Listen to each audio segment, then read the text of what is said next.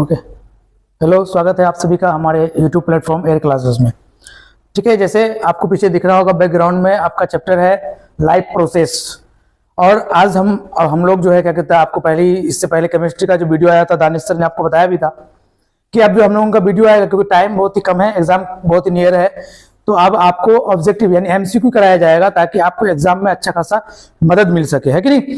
तब फिर उसके बाद हम लोग क्या कहता है, जैसे अगर आप जितना जल्दी हो सकता है हमारा एमसीक्यू खत्म हो जाए, तब फिर हम वन शॉट सब्जेक्टिव भी लेके आ सकते हैं, जो इंपॉर्टेंट जो होंगे, जो इंपॉर्टेंट लगेंगे हमें कि नहीं ये इंपॉर्टेंट है और इससे क्वेश्चन पूछा गया है पिछले ईयर में या फिर आगे संभावना है कि पूछ सकता है, वैसे सब्जेक्टिव्स को भी हम चुन के लाएंगे और आपको वन शॉट 1 आवर और अप्रोक्स 1 से लगभग हाफ आवर में हम लोग क्या कर देंगे, इसको कंप्लीट कर देंगे। ठीक है, तो अभी हम लोग सबसे पहले फोकस करेंगे, आपको बायोलॉजी में हो या केमिस्ट्री में हो या फिजिक्स में हो या फिर आर्ट्स के सेक्शन में हो, सिर्फ ऑब्जेक्टिव लेके आएंगे ताकि आपके सारे ऑब्जेक्टिव्स को डील कर दिया जाए।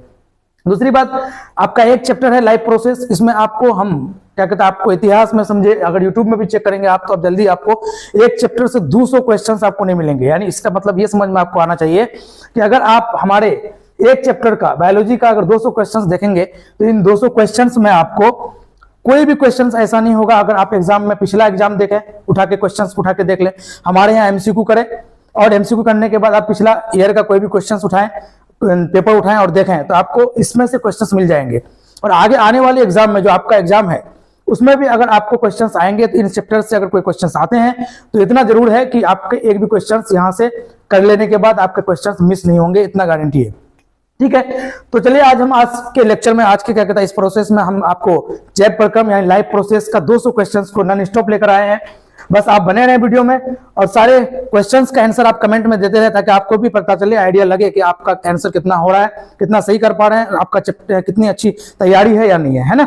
आगे बढ़ते हैं, तो इससे बेहतर और कुछ नहीं है, आप बस बने रहेंगे। और ये यहाँ पर मोटिवेशन लाइन भी लिखा हुआ है कि उड़ान आपकी और पंख हमारा। इसका मतलब है आप जिस उड़ान में जा रहे हैं वो आपकी उड़ान है, लेकिन पंख हमारा है, इसको डील हैंडल हम कर रहे हैं। तो हमारे अकॉर्डिंग आप चलेंगे, एमसीक्यू अच्छे से करेंगे या फिर आपको सब्जेक्टिव कराया जाएगा अलग अलग टीचरों द्वारा, वो करेंगे तो आपके रिजल्ट की बेहतरी के लिए हम कामना करते हैं और अच्छा रिजल्ट होगा, जरूर होगा। ठीक है, आगे बढ़ते हैं, तो हम आते हैं आपका पहला क्वेश्चन में।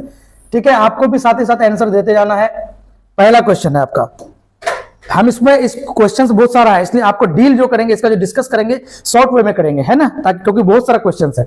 तो देखिए पहला क्वेश्चन है दंत फलक कैसे बनता है। दंत फलक अब क्या है पहले ये समझ रहे हैं। दंत फलक यानी दंत क्षरण, यानी आपका जो दांत में जो क्षरण लगता है बैक्टीरिया की वजह से, या आप खा लिए और खाने के बाद मुंह को ना धोएं तो इसमें क्या होता है, एसिडिटी बन जाता है, और एसिड क्या करता है, दांत के इनामेल को और डेंटाइन को, ये दोनों को क्या करता है, नष्ट करता है। तो फिर आपका दंत फलक बन जाता है और उससे आपका दंत क्षरण होने लगता है। तो कहता है कि कैसे, पहला है मुंह के खाद्य कणु एवं जीवाणु से, यानी मुंह में जो आप खाए, खाद्य कणु मतलब जो खाद्य पदार्थ आपने खाया और फिर खाने के बाद मुंह को ना धोया तो दांत में क्या लग जाता है, खाद्य कण जो है वो अंदर रह जाते हैं और उसमें जीवाणु पनप जाते हैं। तो क्या इससे दंत फलक होता है।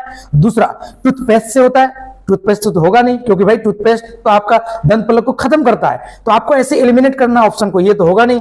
जीवाणु के क्षय से, क्या जीवाणु के क्षय से होगा, ये भी नहीं होगा। इनमें से कोई नहीं तो नहीं, आपके खाद्य आपने जो भोजन किया उससे और उसमें जो बैक्टीरिया लगेगा उससे, इन दोनों से मिलकर क्या होता है, दंत फलक होता है। तो आंसर क्या हो जाएगा, ए हो जाएगा। ठीक है, तो आगे बढ़ते हैं दूसरा क्वेश्चन के लिए हम। तो दूसरा क्वेश्चन देखो, यह अपशिष्ट भोजी का कौन सा उदाहरण है। यानी आपके जो ऑप्शन में है उस ऑप्शन से आपको चेक करना है कि अपशिष्ट भोजी। अब सबसे पहले तो आप इस वर्ड को समझे कि अपशिष्ट भोजी किसे कहते हैं। अपशिष्ट का मतलब ये होता है कि जो पदार्थ अपशिष्ट है, यानी उसको भोजन कौन करता है। क्या तिलचट्टा करता है, तिलचट्टा अपशिष्ट भोजी है, नहीं है। केचुआ है, बाघ है, क्या बाघ अपशिष्ट भोजी है। क्या वो बाघ क्या कहता है, जो अपशिष्ट पदार्थ है उसको खाता है, नहीं। भेड़िया नहीं। खाता कौन है, तो तिलचट्टा नहीं, केचुआ। जो आपके जमीन में जो केचुआ रहता है, इसका काम है कि ये अपशिष्ट पदार्थ को, अपशिष्ट जो है को खाकर भुरभुरा करता है जमीन को, और ये फिर आपका क्या हो जाता है, इसी किसानों का मित्र भी कहा जाता है, ताकि आपके जो जमीन में उर्वरक क्षमता बढ़ जाती है ना, इसे। तो केचुआ अपशिष्ट भोजी कौन होगा, केचुआ। तो आंसर क्या हो जाएगा भाई, बी हो जाएगा। ठीक है, आगे बढ़े, तो आगे देखो तीसरा नंबर क्वेश्चन। तीसरा है प्रकाश संश्लेषण के समय निष्कासित ऑक्सीजन आता है। कह रहा है, क्वेश्चन कहना यह चाह रहा है कि जब प्रकाश संश्लेषण की प्रक्रिया होती है तो प्रकाश संश्लेषण के लिए आपको पता है कि 6 CO2 चाहिए, 6 है ना, 6H2O, है ना। और फिर आपको हम पढ़ाए हैं सब्जेक्टिव में भी कि जब CO2 और ये वाटर मिनरल्स जो जमीन से लेता है पेड़ पौधा जड़ से, उसके बाद यहाँ पर एक होगा क्या, सूर्य की रोशनी यानी सनलाइट, है ना, यहाँ पे सन का लाइट हो जाएगा, और ये यहाँ पर क्लोरोफिल हो जाएगा, क्लोरोफिल हो जाएगा। और इन दोनों की अभिक्रिया यानी इसको और इन दोनों की हीट और क्लोरोफिल जो आपके पत्तों में मौजूद है, इनके अभिक्रिया के बाद आपका एक पदार्थ बनता है C6H12O6, आपको पता है। और इसे हम क्या कहते हैं, ग्लूकोज कहते हैं। और प्लस ऑक्सीजन रिलीज होता है। तो जब ऑक्सीजन रिलीज होता है तो वही कह रहा है कि प्रकाश संश्लेषण के समय निष्कासित ऑक्सीजन आता है। तो ये जो ऑक्सीजन आया ये कहां से आया, तो ये आता है आपका पानी से। ये जो पानी लिया जड़ से, इसी पानी से क्या कहता है, ये ऑक्सीजन क्या होता है, मुक्त होता है। तो ये होगा पानी से। इसका मतलब ऑप्शन क्या हो जाएगा, डी हो जाएगा, है ना। आगे बढ़ेंगे तो देखेंगे नेक्स्ट क्वेश्चन। नेक्स्ट क्वेश्चन है आपका, मनुष्य के मुख गुहा में कितनी जोड़े लाड़ ग्रंथियां पाई जाती है। हम सब्जेक्टिव जब पढ़ाए थे तभी आपको बता दिए थे कि मनुष्य के जो मुंह में है, जैसे हम भोजन को करते हैं तो दांत क्या करता है, उसको छोटा छोटा टुकड़े में बांट देता है। उसके बाद आपके मुंह में 3 जोड़ी लाड़ ग्रंथि है, इस साइड और यहाँ पे 3 जोड़ी, मतलब 3 जोड़ी का मतलब कि टोटल 6।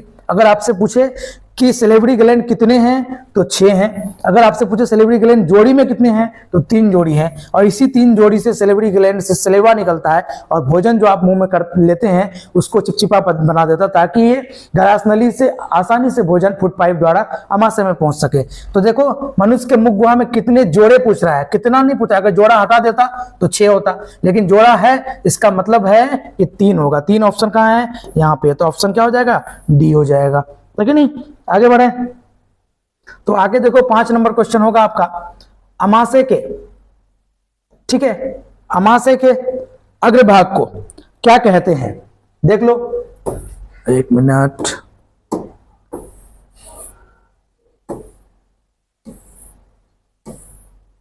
ठीक है। 5 नंबर क्वेश्चन है आपका कि अमाशय के अग्रभाग को क्या कहते हैं। आप लोग आंसर दीजिए, क्या कहते हैं। आप कमेंट में आंसर देंगे कि क्या कहते हैं अमाशय के अग्रभाग। हमने बताया था कि पेट में 2 भाग, अग्रभाग और पश्च भाग, यानी पीछे का भाग और आगे का भाग। तो हम अग्रभाग को कहते हैं कार्डियक और पीछे वाले भाग को कहते हैं पैलेरिक। और हमने बताया था भी कि जब अमाशय का अग्रभाग किसके बोलते हैं, कार्डियक बोलते हैं। और जो पीछे का भाग है अमाशय का पीछे का, यानी ये जो अमाशय है आपका, हमने बताया भी था, ये आगे का भाग हो गया कार्डियक और ये पीछे का भाग हो गया ये पाइलेरिक। और इस पाइलेरिक भाग से ही होता हुआ छोटा इंटेस्टाइन या स्मॉल इंटेस्टाइन में चला जाता है कौन, इसमें जो भोजन आपका यहाँ बना उसको बोलते हैं काइम। हम बताए भी हैं, यहाँ जब आंशिक रूप से अमाशय में भोजन आंशिक रूप से पाचन करता है, जिस वजह से यहाँ पर क्या उस भोजन को कहते हैं काइम। और ये काइम जो है पाइलेरिक भाग होता हुआ स्मॉल इंटेस्टाइन में चला जाता है, इसलिए हम अग्रभाग को कार्डियक बोलेंगे और पश्च भाग को पाइलेरिक बोलेंगे। तो यहाँ पर अग्रभाग पूछा है तो आंसर क्या हो जाएगा, आंसर हो जाएगा बी। आंसर क्या हो जाएगा, बी, ठीक है। आगे बढ़े, आपको डिस्कशन करते भी जाएंगे हल्का फुल्का, क्वेश्चन तो बहुत ज्यादा है इसलिए थोड़ा बहुत डिस्कशन करेंगे, है कि नहीं। आगे बढ़े, मुख गुहा का पिछला भाग अभी हम बताए थे, अच्छा सॉरी वो अमाशय का था। मुख गुहा, अभी ये मुख गुहा मतलब ये मुंह का बात कर रहा है।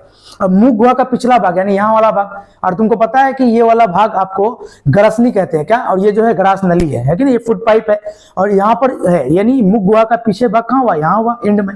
और एंड को क्या बोलते हैं, यहाँ से ग्रसनी स्टार्ट होता है तो पीछे का भाग को क्या बोलेंगे, ग्रसनी बोलेंगे। है ऑप्शन में ग्रसनी, है यहाँ पे ऑप्शन में ग्रसनी। ग्रास नली तो पूरे को बोलते हैं, यहाँ मुख गुहा का पीछे का भाग पूछा है। तो क्वेश्चन में कंफ्यूज, आपको एग्जाम में भी आपको ऐसी कंफ्यूज करेगा, आपको लगेगा कि ग्रास नली होगा, लेकिन नहीं, नली पूछा नहीं है वो पूछा है कि आपका मुख गुहा का पीछे वाला भाग यानी मुंह का लास्ट वाला भाग। तो लास्ट वाला भाग को ग्रसनी बोलते हैं और पूरे पाइप को ग्रस्त नली बोलते हैं, समझ गए। तो आपका आंसर क्या होगा, ए होगा, ऑप्शन हो जाएगा ए, ठीक है। चलिए अभी हम क्या कहते हैं, आपको थोड़ा देर पहले ही बताए थे अभी डायग्राम के माध्यम से कि अमाशय में अधपचे भोजन लई के समान को क्या कहते हैं। आपको पता ही है कि भोजन का पाचन आंशिक रूप से इसमें होता है भाई, तो अमाशय में होता है, पेट में होता है, और आंशिक रूप से होता है, पूर्ण तरीके से तो छोटी आंत में होता है कि नहीं। तो अमाशय में जो होता है, तो अमाशय में हमने बताया था कि ये जो आपका अमाशय है, ये जो पेट है, इसमें भोजन आया और भोजन का आंशिक पाचन हुआ। जो ये पाचन होकर के अब जो छोटी आंत में जाएगा, इस पाचन किया हुआ भोजन को हम क्या कहते हैं, तो हम कहते हैं काइम। क्या कहते हैं भाई, काइम। तो ऑप्शन में कहाँ है काइम, देख लो, चाइल्ड कहते हैं क्या? नहीं। चाइल्ड कब कहेंगे? छोटी आंत में जब पच जाएगा भाई। ये काइम, तो ऑप्शन होगा क्या? बी, आंसर हो जाएगा बी। ठीक है, आगे बढ़े। 8 नंबर क्वेश्चन। अगर ग्लूकोज का निर्माण होता है, ग्लूकोज का निर्माण होता है, कह रहा है हिल्स अभिक्रिया में। ठीक है, ये ग्लूकोज का निर्माण होता है। ये ग्लूकोज का निर्माण, देखो कुछ क्वेश्चंस, इतने सारे क्वेश्चंस है आपके बायोलॉजी के एक चैप्टर से, समझो, तो बाहर से कुछ आने वाला एक्स्ट्रा है नहीं, आपको इसको पढ़ लेना है, देख लेना है, काफी है कि नहीं। ऐसी हर चैप्टर से आपको मिलेगा अच्छा खासा एमसीक्यू, और हम कराएंगे यहाँ पे, डिस्कस भी कराएंगे। ये ग्लूकोज आप वो मत समझ लेना कि वो जो ग्लूकोज पेड़ पौधे वाला ग्लूकोज जो बनता है वो प्रकाशीय अभिक्रिया है ना। लेकिन यहां पर देखोगे ग्लूकोज का निर्माण होता है तो यहां पर हिल्स अभिक्रिया, ये आप नहीं जानोगे। करेब चक्र होता है ना, अभी आगे क्वेश्चंस भी है इसका। ग्लाइकोलाइसिस के समय नहीं, ग्लाइकोलाइसिस नहीं, ग्लाइकोलाइसिस भी हम सब्जेक्टिव में आपको पढ़ाए हुए हैं। ये होगा अप्रकाशीय अभिक्रिया में। ये ग्लूकोज का निर्माण कैसे होता है? अप्रकाशीय अभिक्रिया में। तो आंसर क्या हो जाएगा? बी हो जाएगा। 9 नंबर क्वेश्चन देखो, जैव प्रक्रम के अंतर्गत कौन आता है? यानी लाइफ प्रोसेस। और लाइफ प्रोसेस के बारे में हम सब्जेक्टिव में ही पढ़ा दिए थे कि लाइफ प्रोसेस मतलब जीवन को चलाने के लिए जो प्रोसेस होता है उसके लिए। तो लाइफ प्रोसेस को चलाने के लिए कौन कौन आता है? देखो, क्या पोषण लाइफ प्रोसेस है? क्या हम भोजन करेंगे तो हम लाइफ को, जिंदगी को चला सकते हैं? एकदम चला सकते हैं। क्या शोषण करेंगे तो चला सकते हैं? हाँ, भोजन भी जरूरी है, शोषण भी जरूरी है, और जब हम खाएंगे तो पचेगा, और पचेगा तो उत्सर्जन भी होगा, कुछ चीज एक्सक्रेशन भी होगा, है ना, मूत्र के रूप में निकलेगा, है कि नहीं। तो वो एक्सक्रेशन है जो किडनी आपका एक्सक्रीटरी सिस्टम में आता है ना। वैसे ही मल द्वार से भोजन, अपचा भोजन जो है, अपचा भोजन बाहर निकलेगा, तो उत्सर्जन का भी काम होगा यहाँ पे, एक्सक्रीटरी सिस्टम का भी काम है यहाँ पे। तो और भी कुछ पार्ट्स हैं, है कि नहीं। तो आपको रिस्पायरेशन भी होगा ही, न्यूट्रिशन भी होगा ही, और उत्सर्जन एक्सक्रेशन भी होगा ही। इसका मतलब आंसर क्या होगा? इनमें से सभी, सबके सब लाइफ प्रोसेस का क्या है? भाग है। तो आंसर क्या हो जाएगा? डी फॉर डॉग, है ना। आगे बढ़े 10 नंबर क्वेश्चन को देखो। निम्न में से कौन पोषण की विधि है? अब आपको पता ही है, जब हम न्यूट्रिशन में पोषण की विधि को पढ़ रहे थे, टाइप्स को पढ़ रहे थे, तो हम देख रहे थे कि स्वपोषी भी होता है, परपोषी भी होता है कि नहीं। तो देखो यहाँ पे स्वपोषण है, शोषण क्या? सांस क्या कोई तरीका है खाना खाने का या भोजन को ग्रहण करने का? या फिर कोई जीव शोषण के थ्रू कोई भोजन ग्रहण करता है क्या?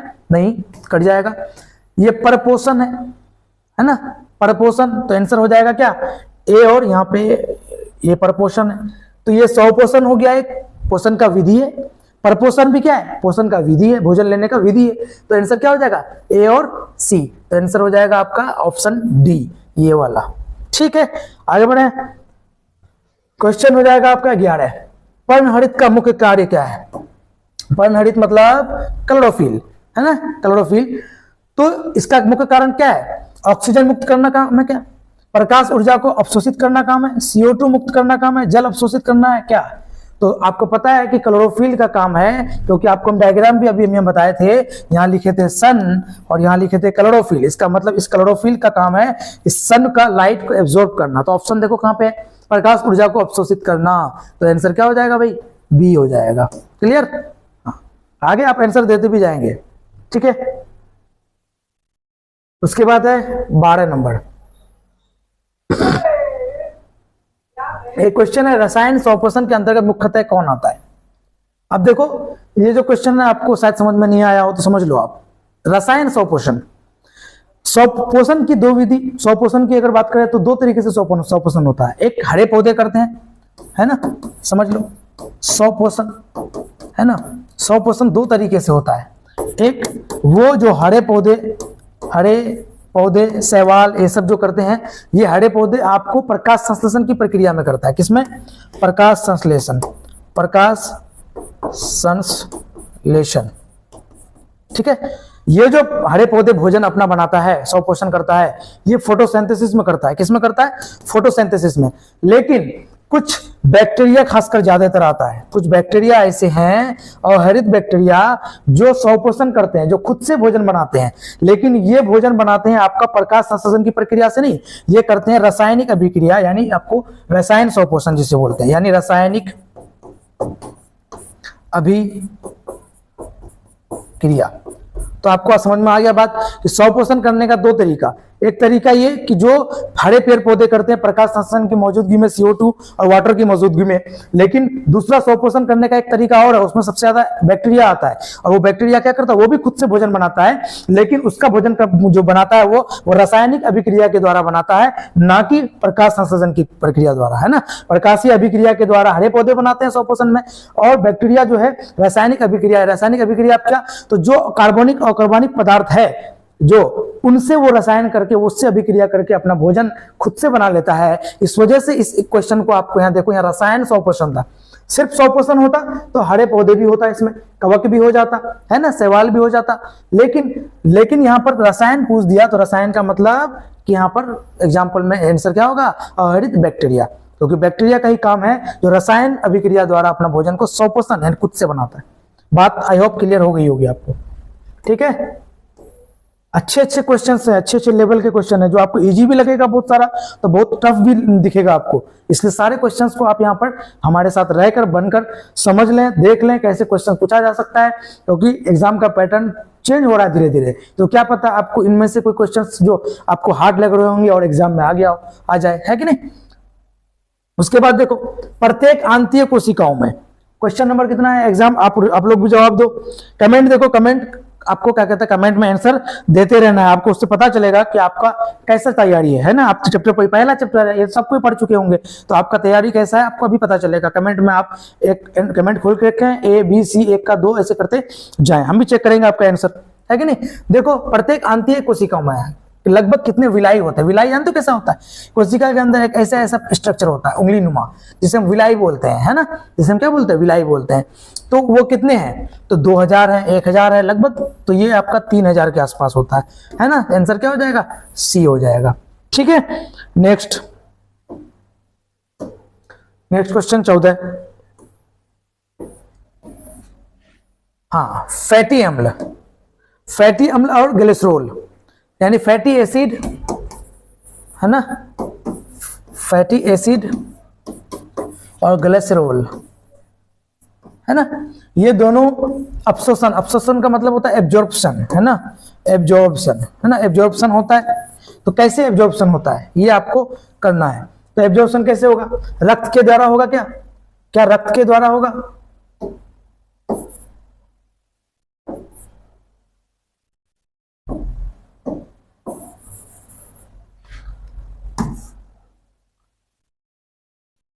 एक मिनट,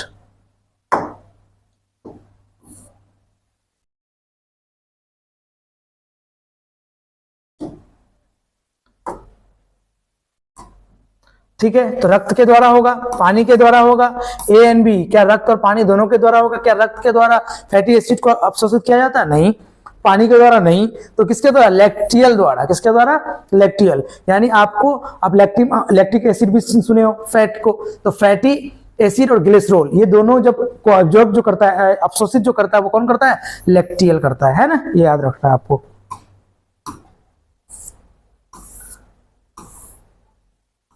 देखो ये भी क्वेश्चन अच्छा है ना, इंपॉर्टेंट क्वेश्चन है ये भी।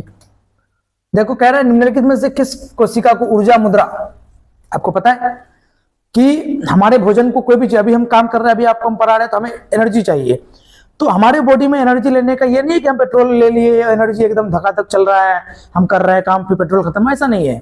हम क्या करते हैं कि हम भोजन लेते हैं, तो भोजन क्या करता है, ग्लूकोज के फॉर्म में चेंज होता है, लेकिन हमारे बॉडी में एनर्जी जो है, ये ग्लूकोज हम जान रहे हैं, ग्लूकोज एनर्जी बनाता है, एनर्जी प्रदान करता है हमें बॉडी में। क्या कहता है, ग्लूकोज रहेगा तो हमारा एनर्जी लेवल अच्छा रहेगा, है ना।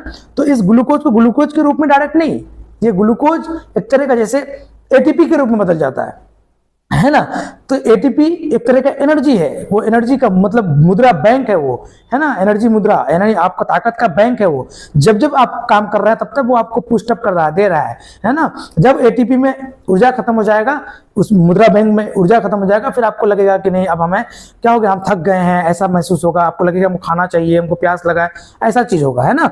तो ऊर्जा जो है ये मुद्रा, ये किसको कहते हैं, एडीपी नहीं, एटीपी, अब क्या पता है, डीटीपी, पीडीपी, तो आपका आंसर होगा एटीपी, है ना, ये होगा एटीपी। यानी जो आपका कोशिका किसी भी सेल का, कोई भी सेल वर्क कब करता है, उसको चाहिए एनर्जी, और एनर्जी के इसमें वो चाहिए उसको एटीपी। एटीपी ही एनर्जी का बैंक कहा जाता है एटीपी को। इस वजह से आंसर क्या होगा, बी हो जाएगा।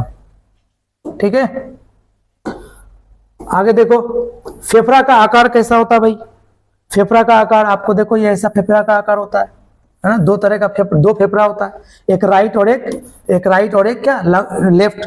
तो दो तरह का आपको क्या होता है, फेफड़ा होता है। और आपको फेफड़ा का आकार पूछ रहा है, तो देखो फेफड़ा का आकार कैसा होगा, ये कैसा बन रहा है? ये नहीं लग रहा है आपको शंकु टाइप का, कोन टाइप का नहीं लग रहा है, कोन टाइप का? तो कोन टाइप का शंकु आकार देखो, गोलाकार है क्या? क्या गोलाकार दिख रहा है फेफड़ा आपको? ये फेफड़ा ही तो है, ये हमने फेफड़ा ही बनाया है। ये गोलाकार दिख रहा है क्या? नहीं दिख रहा। शंकुआकार दिख रहा है, एकदम शंकुआकार है। तो आंसर क्या हो जाएगा? ये बेलनाकार तो दिख नहीं रहा, अंडाकार तो दिख नहीं रहा, तो इसका मतलब शंकुआकार। तो आंसर क्या हो जाएगा? बी हो जाएगा। देखो, न्यूट्रोफिल किस प्रकार का केंद्रक पाया जाता है? न्यूट्रोफिल में किस प्रकार का केंद्रक पाया जाता है, न्यूक्लियस पाया जाता है, आपको वो बताना है। क्या द्विपाली पाया जाता है, वृक्क आकार का पाया जाता है? क्या वृक्क मतलब किडनी, इसके आकार का पाया जाता है? क्या ऐसा आकार ये पाया जाता है, एस टाइप का पाया जाता है? क्या बहुपाली पाया जाता है? तो आपका आंसर होगा भाई ये बहुपाली पाया जाता है। आंसर क्या हो जाएगा? सी। न्यूट्रोफिल में किस प्रकार का न्यूक्लियस केंद्रक पाया जाता है? तो बहुपाली पाया जाता है, याद रखना इसको।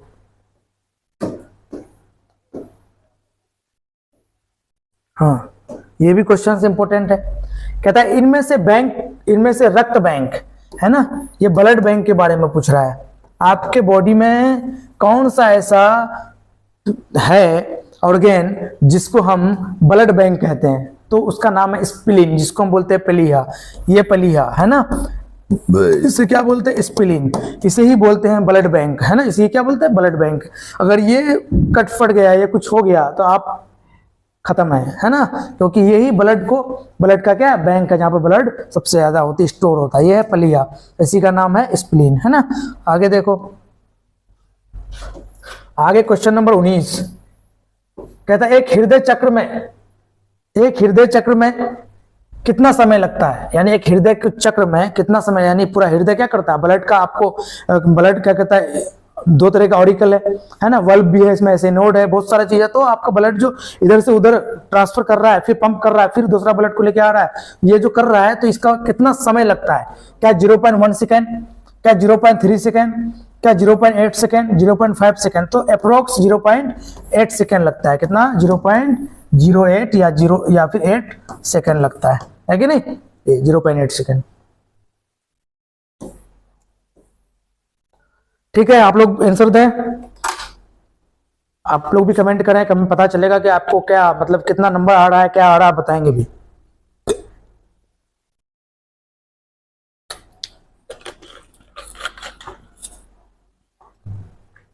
नेक्स्ट क्वेश्चन है, रक्त का पीएच, परासरणी सांद्रता तथा विद्युत अपघटन समन्वय का नियंत्रण किया जाता है। सांद्रता और ये इसको जब मिलाया जाता है, तो ये कौन सा क्या कहता है, इसका जो समन्वय का नियंत्रण किससे किया जाता है, किसके द्वारा नियंत्रण किया जाता है इसका? ठीक है, ये है ग्लोमेरुलर फिल्ट्रेशन, ग्लोमेरुलर भी होता है एक। दूसरा है ट्यूबुलर श्रवण, ये है चयनात्मक पुनरावेशन। और ये हेमोडायलिसिस। हेमोडायलिसिस क्या है? हेमो मतलब ब्लड, खून, और डायलिसिस जब खून का छकनी जो है, किसको बोलते हैं? जहां पर खून फिल्टर हो रहा है, ब्लड फिल्टर हो रहा है, वो है आपका वृक्क, किडनी। जब ये किडनी ब्लड को प्यूरिफाई छकनी टाइप का काम नहीं कर पाता है, इससे वो अलग नहीं कर पाता है, मूत्र को अलग नहीं कर पाता है, किडनी सिंपल सा समझो, किडनी जब सही से वर्क ना कर पाए, तो हम एक मशीन का यूज करते हैं, डॉक्टर्स एक मशीन का यूज करता है, उसका नाम होता है डायलाइजर। उस मशीन का नाम क्या है? डायलाइजर। जिसे हम जिस पेशेंट का किडनी खराब हो गया, उसका किडनी प्रॉपर वर्क नहीं कर पा रहा है, उस पेशेंट को डायलाइजर में लेके जाता है, डायलिसिस करवाता है, उसके बॉडी के सारे ब्लड्स को बाहर निकाला जाता है उस मशीन के द्वारा। और फिर वो मशीन, ये किडनी आपका काम नहीं कर रहा, तो वो मशीन उस कृत्रिम किडनी के नाम से जाना जाता है, जो वो किडनी के तरह उस ब्लड को बाहर निकालकर उस ब्लड को क्या करता है? प्योर करता है, और फिर उस ब्लड को फिर शुद्ध ब्लड को फिर बॉडी में डाल दिया जाता है ना, उसको बोलते हैं हेमोडायलिसिस। लेकिन यहाँ कहता है सांद्रता और अपघटीय समन्वय, इलेक्ट्रॉन वाला, तो ये होगा आपका चयनात्मक पुनर्वेशन। ये हो जाएगा आंसर क्या? आंसर हो जाएगा बी। ठीक है, 21 नंबर, अभी 21 नंबर क्वेश्चन देखो, इसको भी समझने की जरूरत है, ये भी आपको समझ में आएगा नहीं। कहता है पुराने जड़ों में मूलरोमों का अभाव होता है। जब पेड़ का जड़ पुराना हो जाए तो उसमें मूल रोमों का, मेन रूट का अभाव होता है। फिर ये श्वसन के लिए गैसों का आदान प्रदान कैसे करते हैं? सबसे पहले तो आपको ये पता होना चाहिए कि जो कुछ पेड़ जो होते हैं ना, वो तो गैस का आदान प्रदान आपको पता ही पत्तियों से करते हैं। साथ ही साथ उसके जो जड़ होते हैं ना, उस जड़ से भी, जड़ में भी छिद्र होते हैं जिससे वो जमीन के अंदर में गैसों का आदान प्रदान कर सकता है। लेकिन जब पुराना जड़ हो जाए तो उसमें ना एक चीज, मूल रोम ही का अभाव, कमी हो जाता है। मूल रोम का क्या हो गया? कमी हो गया। तो जब मूल रोम का कमी हो जाता है तो ये क्या करता है कि अब जो है ये कैसे गैसों का आदान प्रदान करेगा? तो ये करता है कैसे? तनु से। तो तना यानी वातरंध्र बनाता है एक, ये देखो ऑप्शन में वातरंध्र होगा कहीं, रंध्र द्वारा नहीं, वातरंध्र, हाँ ये क्या होता है वातरंध्र कि जो अगर मेन रूट में यानी रूट में अभाव हो गया, कमी, तो इसका कमी हो गया तो इससे क्या होगा? गैसों का आदान प्रदान नहीं हो पाएगा। तो तना में, पेड़ के जो तना है, स्टेम है, इस स्टेम में जो है द्विपाली का छिद्र बन जाएगा और इस छिद्र के माध्यम से अब क्या होगा? गैसों का आदान प्रदान होगा। इस वजह से ये रंध्र नहीं वातरंध्र होगा, क्योंकि वातरंध्र कहाँ? तना में है ना, तना में क्या कहता है? छिद्र होगा और इससे क्या होता है? गैसों का आदान प्रदान होगा। ये कब होगा? जब पुराना जड़ जब क्या हो जाएगा? पुराना हो जाएगा। तो आपको समझ में आया? आंसर क्या हो जाएगा? बी हो जाएगा, वातरंध्रों द्वारा, यानी तना में छेद होगा, हॉल होगा हल्का हल्का, और उससे गैसों का आदान प्रदान होगा। 22 नंबर क्वेश्चन देखो,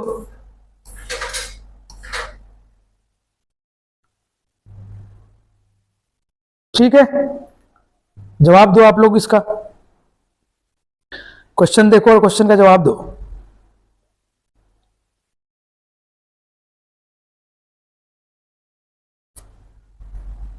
ठीक है, 22 नंबर क्वेश्चन है, देखो ग्लूकोज का पुनरावशोषण कहां होता है ना? हेनले लूप में, पीसीटी में, डीसीटी में, इनमें से सभी समझ में। आपको अगर नहीं आया तो इसको समझ लो। पीसीटी का मतलब होता है प्रोक्सिमल, और ये इसमें सिर्फ, यहां तो ग्लूकोज का पूछ रहा है तो आप पीसीटी ले लेंगे, लेकिन सिर्फ ग्लूकोज का नहीं, इसमें वाटर का भी होता है, इसमें एमिनो एसिड का भी होता है ना, ये एमिनो एसिड का भी ऑब्जर्वेशन करता है ना, पुनर्वेशन करता है, वाटर का भी, एमिनो एसिड का भी, ग्लूकोज का भी, है ना। ठीक है, ये तीनों का क्या करता है? तो आपको यहाँ पे ग्लूकोज खाली पूछा है, लेकिन अगर आपको यहाँ पे एमिनो एसिड भी पूछता तो भी आप क्या करते? पीसीटी का ही करते। ठीक है, ये प्रोक्सिमल कन्वोल्यूट होता है ना, और इसको क्या करता है? ये किसका करता है? वाटर, एमिनो एसिड और ग्लूकोज, ये सब का क्या करता है? ऑब्जर्वेशन करता है। तो आपको ग्लूकोज पूछा, इसलिए यहाँ पर आपका आंसर क्या हो जाएगा? पीसीटी में आंसर क्या हो जाएगा? बी। ठीक है, अब देखो शरीर की सबसे बड़ी ग्रंथि कौन है?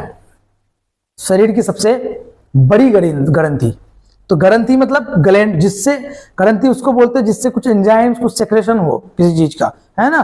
तो लेकिन हमने बताया था जब हमने क्लास कराया था एक चीज के बारे में, यकृत के बारे में, लीवर के बारे में, है ना। लीवर के बारे में हमने बताया था कि लीवर आपके बॉडी का सबसे बड़ा ग्रंथि है कि नहीं? क्योंकि इसमें इतने सारे काम होते हैं, ज्यादातर जितने सारे ग्लैंड हैं उन सभी ग्लैंडों में सबसे ज्यादा अगर कुछ है बड़ा ग्रंथि है तो वह यकृत है ना। ये बहुत काम का चीज है, इससे बहुत सारे चीज का क्या होता है? का वर्क होता है ना। तो आपका क्या होगा? लार ग्रंथि नहीं, लार ग्रंथि तो मुंह में है ना। अमाशय में भी आपको पता ही है कि जठर रस, आपको बताया था जठर रस से क्या कहता है? 3 चीज निकलता है, HCl है, सलेस्मा है कि नहीं, पेप्सिनोजेन है। तो ये बाकी यकृत का काम हमने बताया था कि 300 साढ़े 400 के आसपास काम करता है ये। तो आपको वर्क यकृत के बारे में बहुत डिटेल में बताया भी है आपको पिछले वीडियो में। ठीक है, तो आपका आंसर क्या हो जाएगा? सबसे बड़ा ग्रंथि यकृत, है ना। यकृत को क्या बोलते हैं भाई? लीवर। क्या बोलते हैं? लीवर।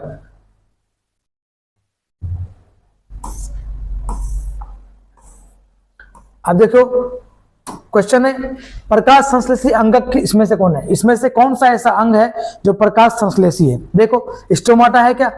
नहीं। हरित पत्ती है क्या? नहीं। हरित लवक? नहीं। है जर? क्या जर प्रकाश संश्लेषी है? प्रकाश को ऑब्जर्वेशन करता है क्या? पत्ती करता है? पत्ती, अगर यहाँ हरित लवक ना होता तो पत्ती होता तो पत्ती कर सकते हैं हम ऑप्शन में, क्योंकि ऑप्शन आपको घुमाएगा, ऑप्शन आपको क्या कहता है? ऐसा देगा ताकि आप फंसो उसमें।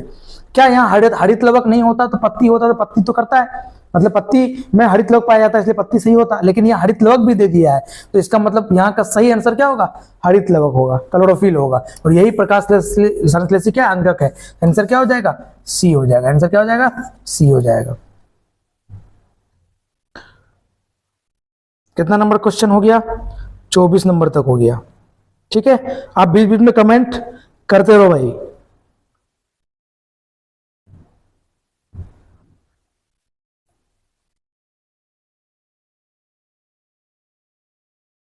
ठीक है, नेक्स्ट 25 नंबर क्वेश्चन। इससे पहले अंगक पूछा था, अब ये इकाई पूछ दिया, यूनिट पूछ दिया आपसे।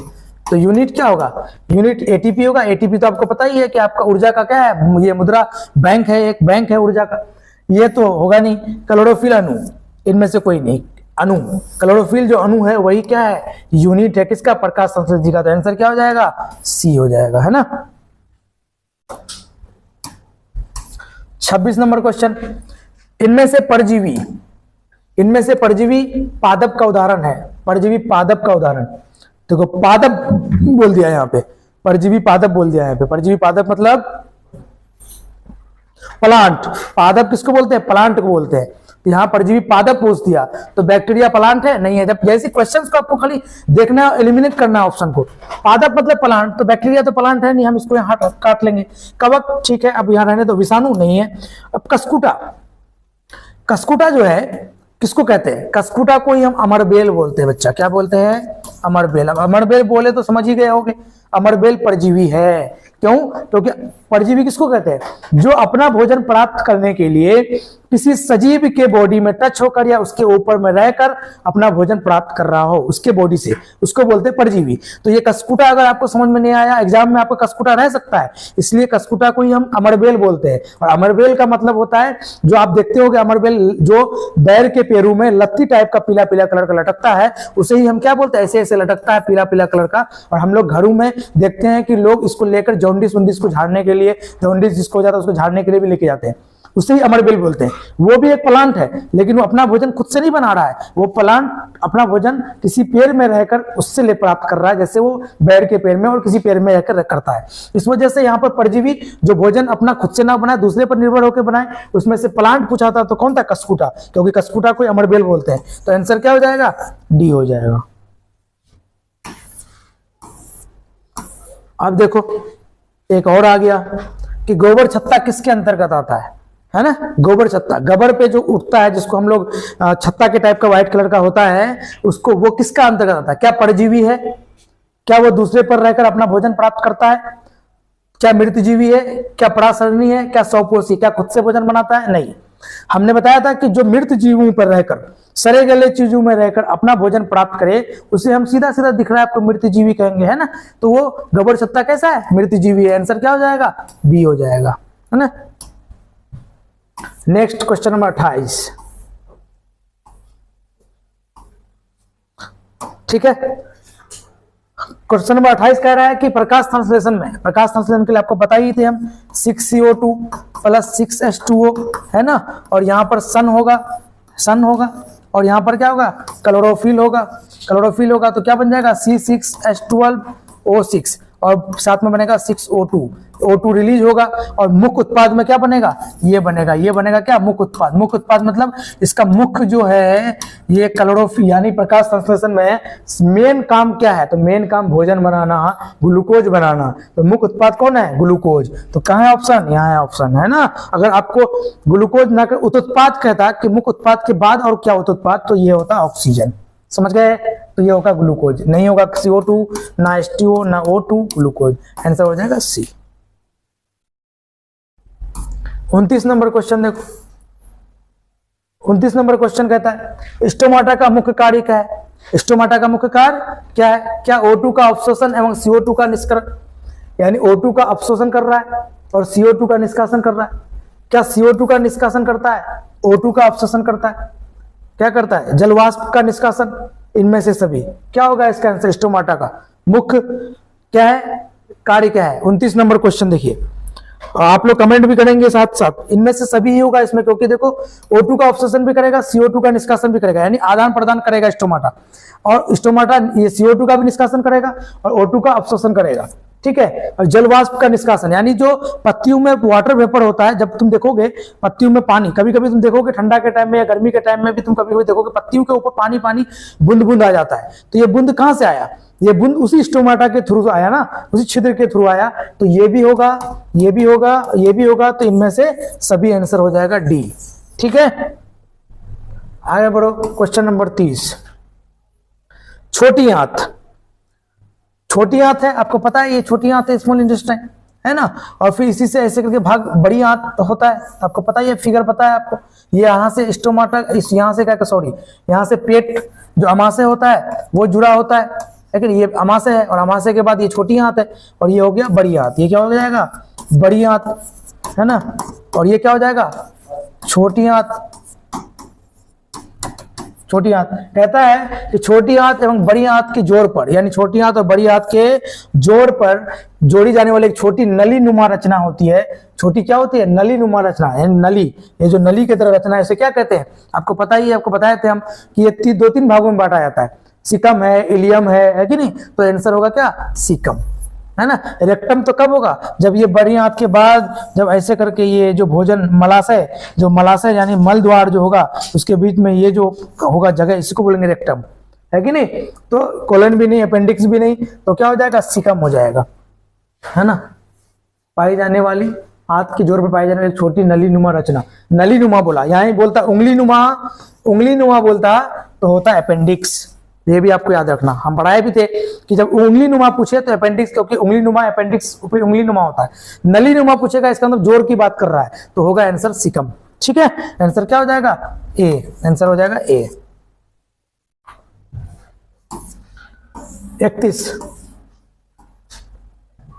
31 नंबर क्वेश्चन कह रहा है,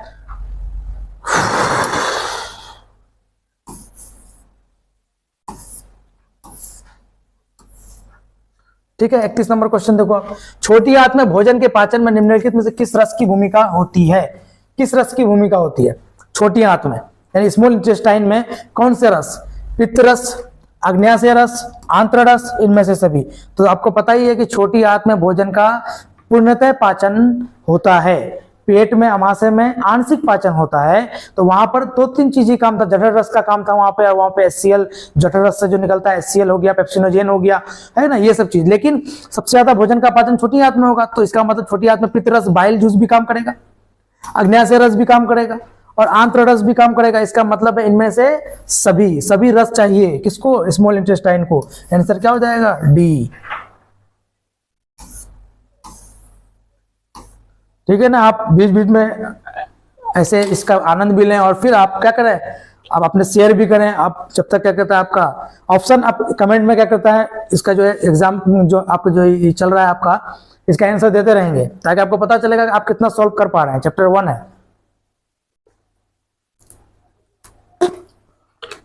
ठीक है। एनर्जी के साथ आप भी बैठे, एनर्जी नहीं है तो लेते रहें, है ना, और क्लास को कंटिन्यू करें, शेयर भी करते रहेंगे आप, ठीक है। देखिए, स्टोमाटा की किस कोशिकाओं में क्लोरोफिल पाया जाता है, स्टोमाटा में, यानी आपको देखो पत्तियों में क्लोरोफिल है, और स्टोमाटा के किस भाग में बोल रहा है, क्या सहायक कोशिकाओं में, क्या इनमें से कोई नहीं, क्या ए और बी दोनों में, तो द्वार कोशिकाओं में। आंसर होगा क्या, द्वार कोशिकाएं। जो स्टोमाटा है आपका उसके द्वार कोशिकाओं में क्या पाया जाता है, क्लोरोफिल पाया जाता है ना। तो आंसर क्या हो जाएगा, ए हो जाएगा।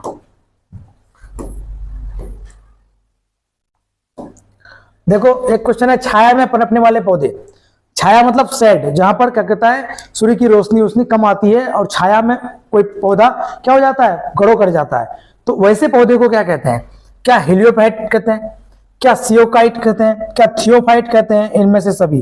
तो आंसर होगा सियोकाइट। जो छाया में जो पौधा होता है, जो मतलब कहीं अंधेरे या फिर कहीं जहां पर सूर्य की रोशनी प्रॉपर नहीं पहुंच पा रही वहां भी पेड़ पौधे उगते हैं, वैसे पौधे को हम क्या कहते हैं, सियोकाइट्स कहते हैं। क्या कहते हैं, सियोकाइट्स। आंसर क्या हो जाएगा, बी, ठीक है।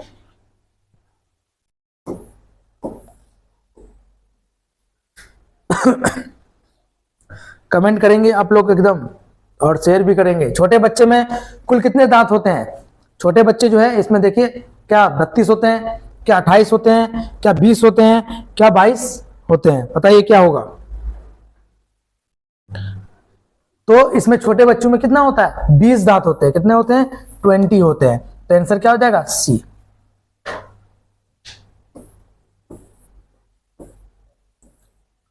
हाँ, ये क्वेश्चन भी है, देखो। मुख गुहा में आहार के कौन सा भाग का पाचन होता है? यानी हम जो मुख गुहा में, यानी मुख गुहा मतलब मुख मतलब मुंह, तो मुंह में जो हम भोजन देते हैं वहां पर क्या किसका, हम बताए थे पहला ही दिन जब आपका क्लास हो रहा था, तो बताया था कि आप जो भोजन करते हैं तो सैलिवरी ग्लैंड से सलीवा निकलता है और ये चिपचिपा बनाता है ताकि ग्रासनी में, फूड पाइप में भोजन आसानी से जा सके आमाशय में। लेकिन मुंह में ही एक ऐसा चीज है जिसका क्या होता है? पाचन होता है। जिसका पाचन होता है वो पाचन करता है एमाइलेज। एमाइलेज ग्लूकोज का पाचन करता है। ग्लूकोज को हम यहाँ पर स्टार्च के रूप में बोलेंगे, तो यहाँ पर स्टार्च होगा। प्रोटीन का पाचन मुंह में नहीं होता, फैट का पाचन मुंह में नहीं होता, न्यूक्लिक अम्ल है, न्यूक्लिक एसिड का पाचन नहीं होता, होता है किसका? स्टार्च। इसी को हम ग्लूकोज भी बोलते हैं, लेकिन हम बायोलॉजी की भाषा में ग्लूकोज को अपनी बॉडी में स्टार्च के रूप में हम देखते हैं कि नहीं। तो ग्लूकोज रहे तो भी आप सही कर सकते हैं, स्टार्च रहे तो भी सही कर सकते हैं। और इसका पाचन कौन करवाता है? तो मुंह में एमाइलेज जो है, एमाइलेज इसका क्या करवाता है? स्टार्च का पाचन करवाता है। हाँ, पादप में जाइलम उत्तरदायी है। यानी पादप जो प्लांट, पादप मतलब प्लांट, प्लांट में जाइलम और फ्लोएम दो तरह का क्या है आपका? ये माना कि पेड़ है, तो यहां पर जड़ है ना, ये माना कि जड़ है और ये आपका पौधा है। तो इस पौधे में एक पाइप इधर से गया है ना, हम इसको एरो ऐसे ही करते हैं ताकि आपको एक चीज समझाने में आसानी हो। और एक पाइप ऐसे ऐसे ऐसे ऐसे, इसका मतलब हुआ कि दो तरीके का पाइप है यहाँ पे। एक जाइलम है जिसका नाम है, इसका नाम है जाइलम, और एक होता है फ्लोएम। एक क्या होता है? फ्लोएम। फ्लोएम क्या करता है? फ्लोएम और जाइलम को याद रखने का तरीका है कि जौ से जाइलम, जौ से जल। तो जाइलम क्या करेगा? हमेशा जल को पत्तियों तक पहुंचाएगा ताकि पत्ती क्या कर सके? भोजन बना सके, पौधों तक पहुंचाएगा। लेकिन अगर आपसे कभी क्वेश्चन ऐसा कर दे कि कौन सा ऐसा जो इसमें से है पाइप, या कौन सा ऐसा क्या कहता है उत्तक है जो एक यूनिडायरेक्शनल है, जो एक ही दिशा में चलता है, एक ही दिशा में जाता है, वो होगा जाइलम। क्योंकि जाइलम का काम है सिर्फ क्या करेगा? वो मिट्टियों से अपना जो मिनरल्स और वाटर्स को क्या करेगा? भेज देगा पत्तियों तक, और पत्ती को बोलेगा लो भाई हमने तुम्हें पानी दे दिया, तुम भोजन बना लो, है कि नहीं। तो क्योंकि पानी बहुत ही क्या है? अमृत वाला चीज है एकदम। पानी तो आपको बिना पानी का आप भी नहीं रह सकते, ये भी नहीं रह सकता। तो ये पानी, जो ये पाइप पानी पहुंचा रहा है, इसको बोलते हैं जाइलम। जौ से जाइलम, जौ से जल, याद रखना हमेशा। और ये एक ही दिशा में चलता है, अपर डायरेक्शन में, समझ गए? हाँ, एक बार गया तो फिर ये अपर डायरेक्शन में ही जाएगा, पत्तियों तक पहुंचाएगा। लेकिन जब फ्लोएम होगा, फ्लोएम की बात करेंगे तो फ्लोएम भोजन, जब पत्तियों में भोजन बन जाएगा तो इस भोजन को बनाने के बाद अब फ्लोएम का काम है कि भाई जाइलम ने तो अपना पानी पहुंचा दिया पत्तियों में, अब फ्लोएम का काम है कि फौ से फ्लोएम और फौ से फूड, भोजन। तो फ्लोएम अब जितने भोजन बना है पत्तियों में, वहां से फ्लोएम भोजन को उठाएगा और वो बॉडी के हर एक पार्ट्स में पहुंचाएगा। इसलिए जाइलम को बोलते हैं यूनिडायरेक्शनल, एक दिशा में चलता है, और फ्लोएम को बोलते हैं मल्टी डायरेक्शनल, क्योंकि फ्लोएम हर एक दिशा में भोजन को पहुंचाएगा, तो हर एक दिशा में जाएगा। इस वजह से फ्लोएम भोजन को पहुंचाता है और ये मल्टी डायरेक्शनल हर दिशा में चलता है, और जाइलम एक दिशा में चलता है और ये पानी पहुंचाता है, जौ से जाइलम। तो देखो, पादप में जाइलम उत्तरदायी है।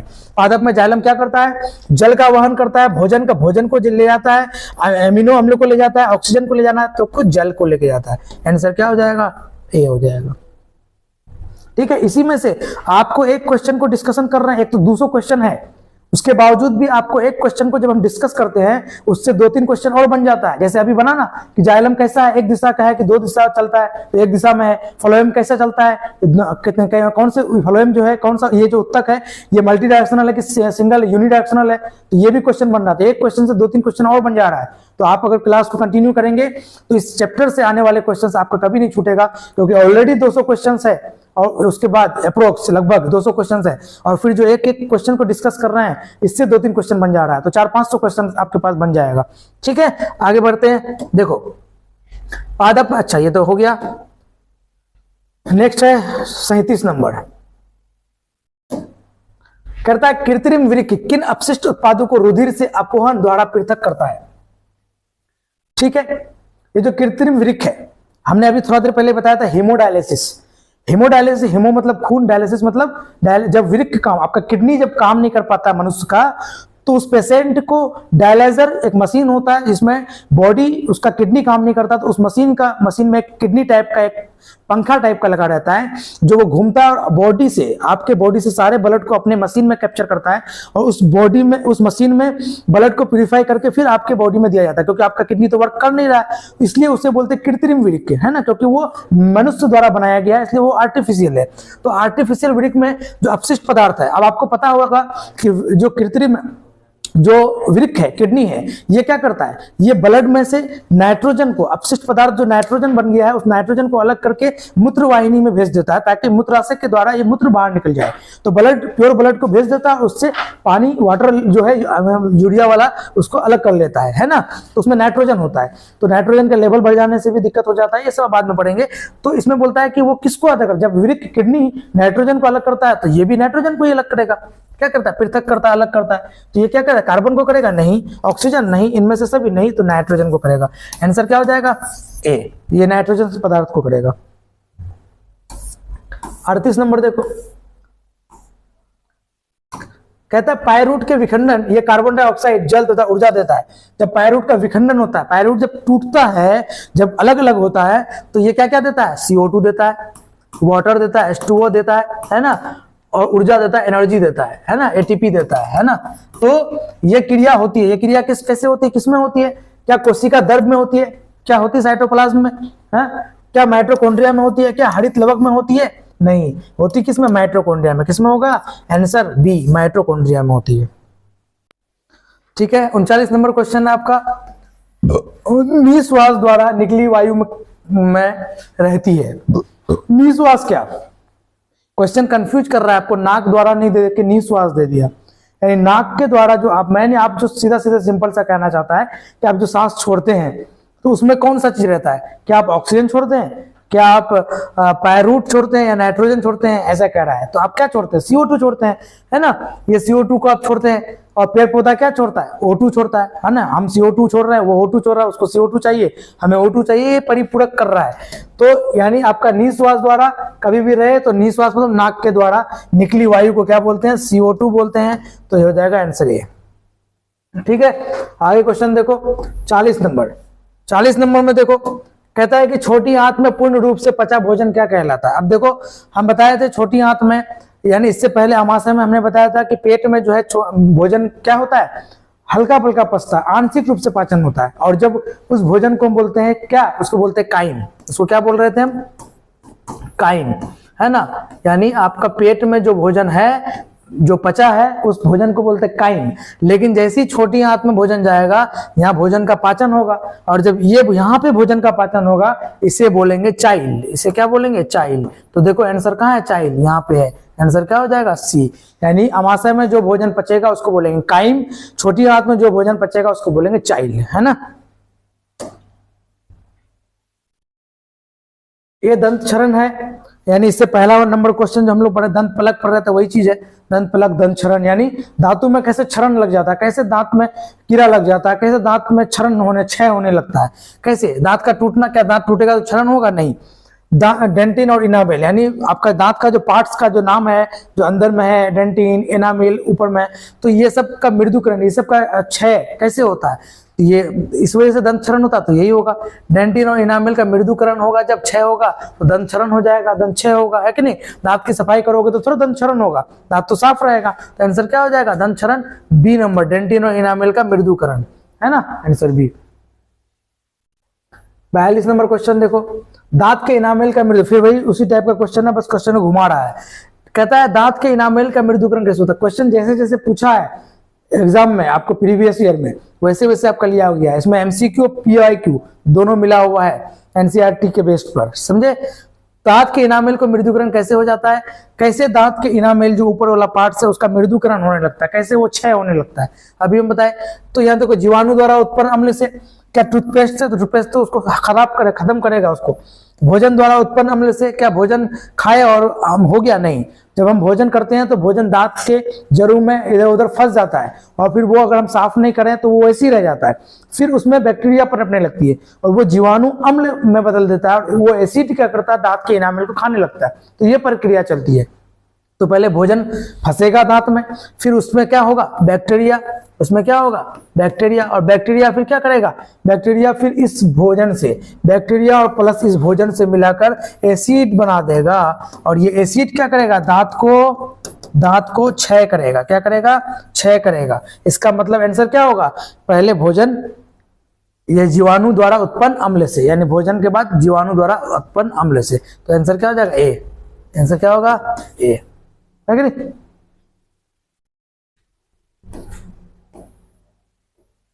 पेप्टिक अल्सर से हो सकता है, पेप्टिक अल्सर हो सकता है कैसे, देखो पेप्टिक अल्सर है क्या चीज, पहले आप देखो, आपको इसके लिए आपको जाना होगा पेट में, है ना, और इस पेट में हमने आपको बताया था कि यहाँ इस पेट में भोजन का आंशिक पाचन होता है और यहाँ है एक जठर ग्रंथि, जठर ग्रंथि से निकलता है जठर रस, इससे निकलता है जठर रस, है ना, और इस जठर रस में देखोगे तुम HCl, ठीक है।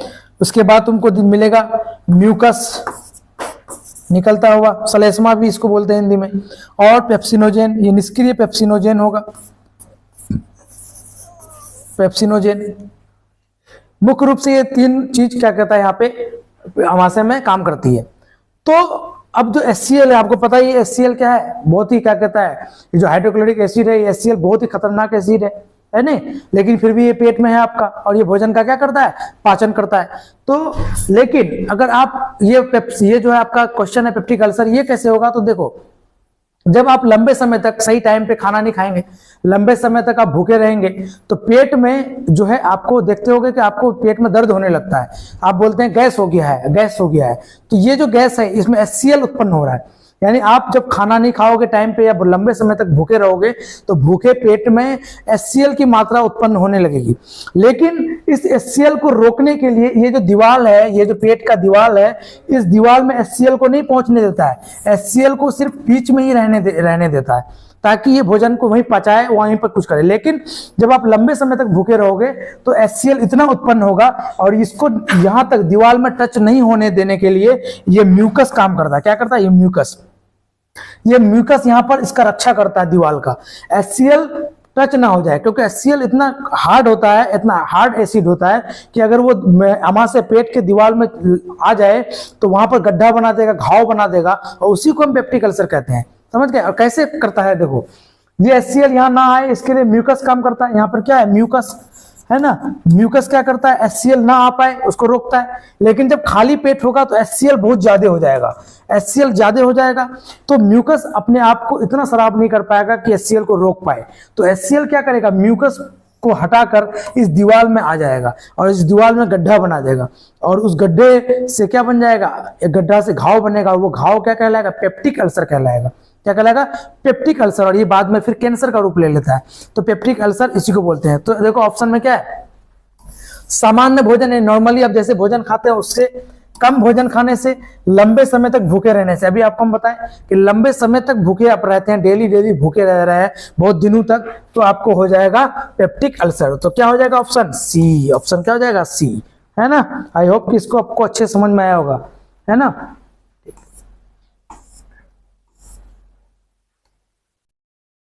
हाँ, शाकाहारी जीवों में छोटी आंत की लंबाई कैसी होती है, ठीक है। जब हम इसको पढ़ाए थे तो आपको हम बताए थे कि छोटी आंत की लंबाई मनुष्य में और जानवरों में अलग अलग होती है। मनुष्य में हम जो भोजन करते हैं तो उस चीज को पचाने में कम समय लगता है, और जब कम समय लगता है तो उसकी लंबाई भी कम होती है कि नहीं, है ना। छोटी आंत की लंबाई कितनी, 8 से 10 मीटर, अगर फीट में पूछे तो 32 फीट, ठीक है। लेकिन आपको क्या कहता है, शाकाहारी पूछ रहा है ना, यहाँ पे शाकाहारी पूछ रहा है, यानी आप गाय भैंस की बात करें, है ना, गाय भैंस की बात करें तो ये लोग, इनका जो छोटी आंत होता है ना, इनका बड़ा होता है, क्योंकि ये जो खाता है, ये जो घास खा रहा है, इसमें पाया जाता है सेलुलोज। इसमें क्या पाया जाता है, सेलुलोज। और सेलुलोज को पचाने की क्षमता, सेलुलोज को पचाने में बहुत समय लगता है, बहुत क्या लगता है, बहुत लंबा समय लगता है। इस वजह से उसका छोटी आंत बड़ा होता है। मनुष्य का छोटी आंत जानवरों के छोटी आंत यानी शाकाहारी के छोटी आंत से क्या होता है, बड़ा छोटा होता है। लेकिन अगर शाकाहारी का बात किया है, इसकी कैसी होगी, अधिक लंबी, मध्यम, छोटी, इनमें से कोई नहीं, तो अधिक लंबी होगी। क्या होगी, अधिक लंबी होगी। आंसर हो जाएगा अधिक लंबी। यही मांसाहारी बोलता तो होता छोटी या मध्यम, है कि नहीं। अच्छा, 45 नंबर क्वेश्चन है। ठीक है, आप लोग क्या कहते हैं उसमें कमेंट करते रहेंगे, आप लोग शेयर भी करते रहेंगे, है ना, ताकि आपको पता भी चले कि आपका कैसा तैयारी है।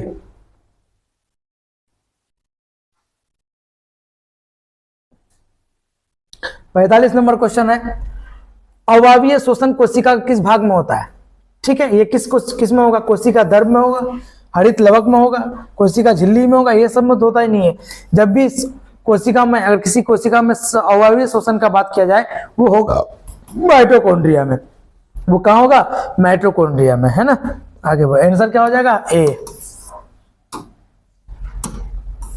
46 नंबर क्वेश्चन क्या है,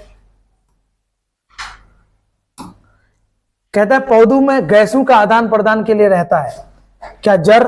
अभी आपको हम बताए थे एक चीज कि वात रंध्र, ये हो गया रंध्र, एक होता है वात रंध्र। वात रंध्र किसको बोलते हैं, जब पुराना जर हो जाता है तो उसको आदान प्रदान, जर से भी क्या होता है, गैसों का आदान प्रदान जमीनों के अंदर होता है कि नहीं, मिट्टियों के अंदर।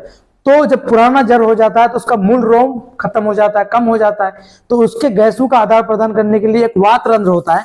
वो वात रंध्र तना में होता है और तना से गैसों का आदान प्रदान होता है, वो अलग चीज था। यहाँ कहता है कि पौधों में, ये जनरली पौधों में बोल रहा है, तो क्या जड़ से, क्या रंध्र से, क्या तना से, क्या टहनी से, तो क्या होगा, रंध्र से। रंध्र मतलब स्टोमाटा, और स्टोमाटा में क्या होगा, गैसों का आदान प्रदान होगा, CO2 और ऑक्सीजन का, जलवाष्प भी होगा। अभी इससे पहले क्वेश्चन में भी हमने देखा, तो आंसर क्या हो जाएगा भाई, बी हो जाएगा। हाँ, इसको भी अभी हम पेड़ पौधा बना करके आपको समझाए थे, जाइलम और फ्लोएम, और बताए भी थे ट्रिक कि जौ से जाइलम, तो जाइलम मतलब जल, और जल पानी को ऊपर लेके जाएगा। फौ से फ्लोएम मतलब फूड, भोजन को पूरे पौधों में पहुंचाएगा। तो फ्लोएम से खाद्य पदार्थों का परिवहन पौधों में किस दिशा में होता है। और अभी हम तुरंत इससे पहले दिशा भी बताए थे कि जाइलम जो होता है एक ही दिशा में चलता है, और फ्लोएम क्या होता है, अलग अलग दिशाओं में चलता है, क्योंकि उसको भोजन सभी पार्ट्स में पहुंचाना होता है। तो केवल नीचे की ओर जाइलम क्या था, ऊपर की ओर, और फ्लोएम हर तरफ, केवल ऊपर की ओर, ऊपर और नीचे दोनों ओर, इनमें से कोई नहीं। तो क्या होगा, ऊपर नीचे दोनों ओर। फ्लोएम का काम पूछ रहा है, जाइलम का नहीं। अगर जाइलम का पूछता तो आपको याद रखना है कि जाइलम सिर्फ ऊपर की ओर, है ना, लेकिन फ्लोएम सिर्फ ऊपर नीचे, सिर्फ ऊपर या सिर्फ नीचे नहीं, दोनों, ऊपर और नीचे दोनों। तो क्या हो जाएगा, सी हो जाएगा। अभी हम इससे पहले आपको डायग्राम से भी बताए थे।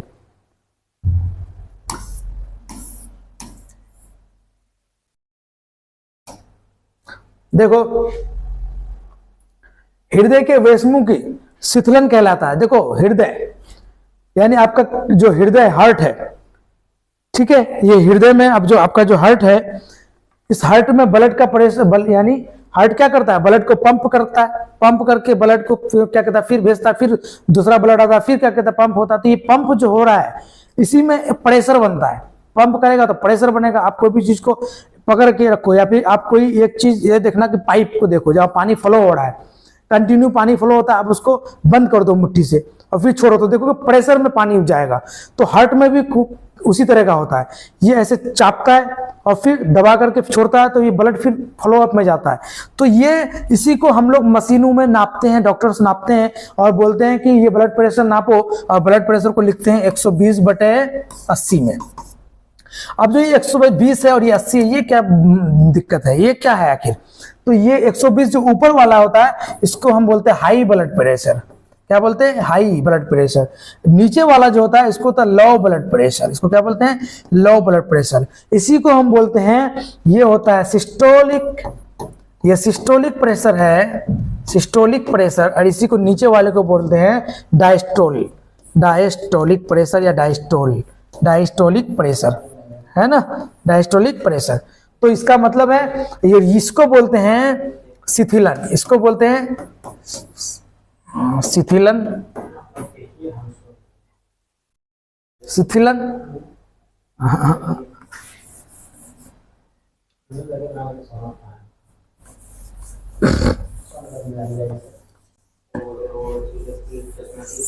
शिथिलन का मतलब संकुचन होता है इसका, है ना। संकुचन मतलब हो जाएगा जो सिकुड़ता है ना। आपका हाई प्रेशर क्या होगा, शिथिलन। हाई प्रेशर क्या होगा, शिथिलन। तो ये होगा डायस्टोल, यानी हो जाएगा, इधर हो जाएगा डायस्टोल, ये डायस्टोलिक प्रेशर हो जाएगा, है ना, डायस्टोलिक प्रेशर। और इधर हो जाएगा शिथिलन, सॉरी सिस्टोलिक प्रेशर। यह क्या हो जाएगा, सिस्टोलिक प्रेशर। सिस्टोलिक प्रेशर का मतलब जब आपका हार्ट क्या करता है, जब हार्ट बीट होता है ना, जब हार्ट बीट हो रहा है, जब धक धक कर रहा है, तो वो डायस्टोल हो रहा है, समझ गए, यानी पंप हो रहा है, हाई ब्लड प्रेशर हो रहा है। और जब वो रुकता है फिर करता है, तो ये रुकने वाला जो ये थोड़ा सा सेकंड भर रुक रहा है, इसी को बोलते हैं सिस्टोलिक प्रेशर। तो यहाँ पर बोल रहा है कि शिथिलन, तो शिथिलन मतलब हाई, संकुचन मतलब कम, तो शिथिलन क्या होगा, डायस्टोल। तो आंसर क्या हो जाएगा, बी, डायस्टोल। यहाँ पूछता संकुचन, तो संकुचन हो जाता है सिस्टोलिक प्रेशर, है ना। नीचे वाले प्रेशर को सिस्टोलिक, ऊपर वाले प्रेशर को डायस्टोलिक, है ना।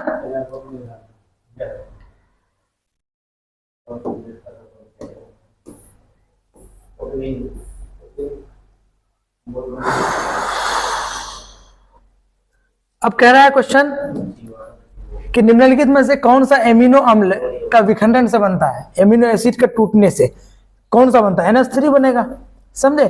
क्या बनेगा, CNH3 एमिनो एसिड से।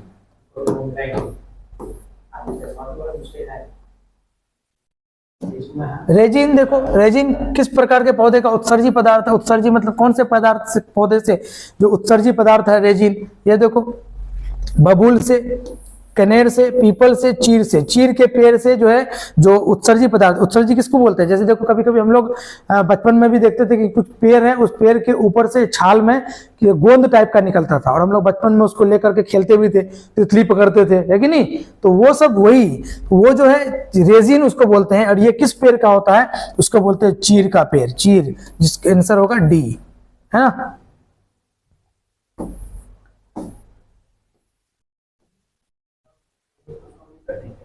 वृक्क, देखो वृक्क किसको बोलते हैं, किडनी को बोलते हैं। और किडनी जैव प्रक्रम का कौन सा हिस्सा है, किडनी मतलब जैव प्रक्रम में कौन सा हिस्सा है, यानी क्या काम करता है किडनी। क्या किडनी उत्सर्जन करता है, क्या किडनी सांस लेने में मदद करता है, क्या किडनी भोजन करने में मदद करता है, क्या किडनी इधर ब्लड को इधर से उधर करने का काम करता है। तो किडनी का काम है उत्सर्जन करना। उत्सर्जन का मतलब एक्सक्रेशन करना, यानी किडनी क्या करता है, ब्लड से प्यूरिफाई ब्लड को बॉडी में डालता है, और जो उससे वाटर और जो क्या कहता है आपको यूरिया, और फिर क्या कहता है आपको नाइट्रोजन वाला पदार्थ हुआ, वो यूरिनरी ब्लडर के थ्रू, यानी पेशाब के थ्रू, मूत्र के थ्रू बाहर निकाल देता है। तो कौन क्या उत्सर्जन का काम करता है। तो इसका आंसर क्या होगा, ए। 52 नंबर, रसायन स्वपोषण के लिए निम्न में से कौन अकार्बनिक पदार्थों का आवश्यकता होती है। ठीक है, इनमें से सभी देखो, अभी हम इससे पहले बताए थे आपको रसायन स्वपोषण के बारे में। ठीक है, रसायन स्वपोषण के बारे में आपको बताया था कि पोषण, स्वपोषण दो तरीके से होता है। एक स्वपोषण जो हरे पौधे करते हैं, और वो फोटोसिंथेसिस यानी प्रकाश संश्लेषण की मदद से, और वाटर ये लोग ये सब से मदद से कर सकते हैं, ये सब की मदद से करते हैं। लेकिन रसायन स्वपोषण वो होता है, इसमें भी भोजन अपने से ही बनाता है, लेकिन इसमें सबसे ज्यादा एग्जांपल किसका दिए थे, बैक्टीरिया का दिए थे। कि कुछ बैक्टीरिया या बहुत सारे बैक्टीरिया ऐसा है जो अपना भोजन कार्बनिक पदार्थ और कार्बनिक पदार्थ के रसायन अभिक्रिया करके, यानी यहाँ पर फोटोसिंथेसिस नहीं, यहाँ पर रासायनिक अभिक्रिया होता है। आपको पता है कि स्वपोषी जो होता है, हरे पौधे होते हैं, ये अपना भोजन फोटोसिंथेसिस के माध्यम से करता है, सन की लाइट में, और CO2 वाटर ये सब को लेकर के। लेकिन यहाँ पर कार्बनिक और कार्बनिक पदार्थ को मिलाकर एक रासायनिक अभिक्रिया होता है, उससे जो भोजन बनता है वो खुद से भोजन बना, उसको भी बोलते हैं स्वपोषी, लेकिन उसका नाम है ये प्रकाश संश्लेषित पोषण नहीं, ये स्वपोषण, रासायनिक स्वपोषण। तो इसमें क्या होगा, इसमें लोहा चाहिए, सल्फर चाहिए, कि आपका CO2 चाहिए, कि इनमें से सभी क्या चाहिए, क्या क्या चाहिए बताओ। यहां पर स्वपोषण यानी खुद से भोजन बनाना, और रसायन मतलब कार्बनिक अकार्बनिक। तो देखो कार्बनिक अकार्बनिक में लोहा, सल्फर भी, CO2 भी, यानी इनमें से सभी से मिलकर क्या कहता है, क्या करेगा, ये सभी कार्बनिक अकार्बनिक पदार्थ जो है सभी से मिलकर ही रासायनिक अभिक्रिया होगा, और उससे जो भोजन प्राप्त होगा उससे बोलेंगे रसायन स्वपोषण। तो आंसर क्या हो जाएगा, डी, इनमें से सभी।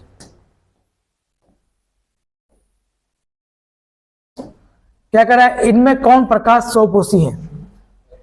क्या सभी हरे पौधे, क्या कुछ प्रोटीन, ए बी, इनमें से कोई नहीं। देखो सभी हरे पौधे तो है ही प्रकाश स्वपोषी, और कुछ प्रोटीन भी हैं जो क्या होते हैं, प्रकाश को एब्जॉर्ब करके अपना भोजन खुद से बनाते हैं। इसका मतलब हो जाएगा सी। सी में क्या, ए और बी दोनों। ठीक है,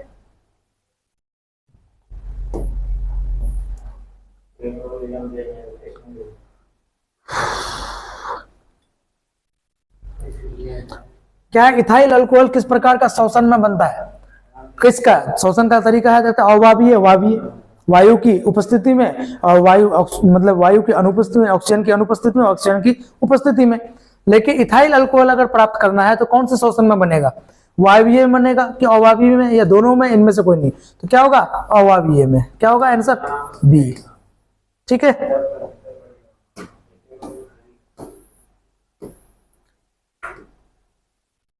किण्वन में कौन सी प्रक्रिया नहीं है? किण्वन में कौन सी प्रक्रिया नहीं होती है ना? किण्वन में कौन सी प्रक्रिया नहीं होगी? ग्लाइकोलाइसिस होगी, ईटीएस होगी, इनमें से कोई नहीं। करेबचक, ये करेबचक इसमें नहीं होता है ना, ये करेबचक किण्वन में नहीं होगा, इसलिए आंसर क्या हो जाएगा, बी। आंसर क्या हो जाएगा, बी। ग्लाइकोलाइसिस होता है।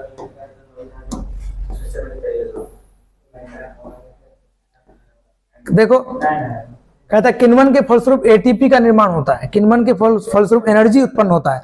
लेकिन एनर्जी कितना एटीपी, हम लोग बोलते हैं ना, हम लोग खाते हैं कोई चीज, उसमें लिखा हुआ भी रहता है कितना कैलोरी एनर्जी है, कितना एटीपी प्राप्त हो रहा है इसमें। लेकिन जब किण्वन होता है इसमें कितना एटीपी, क्या 36 एटीपी, क्या 38 एटीपी, क्या 2 एटीपी, क्या 4 एटीपी? तो आंसर क्या होगा, 4। जब किण्वन होता है ना तो 4 एटीपी का निर्माण होता है, तो हो जाएगा डी आंसर। ठीक है,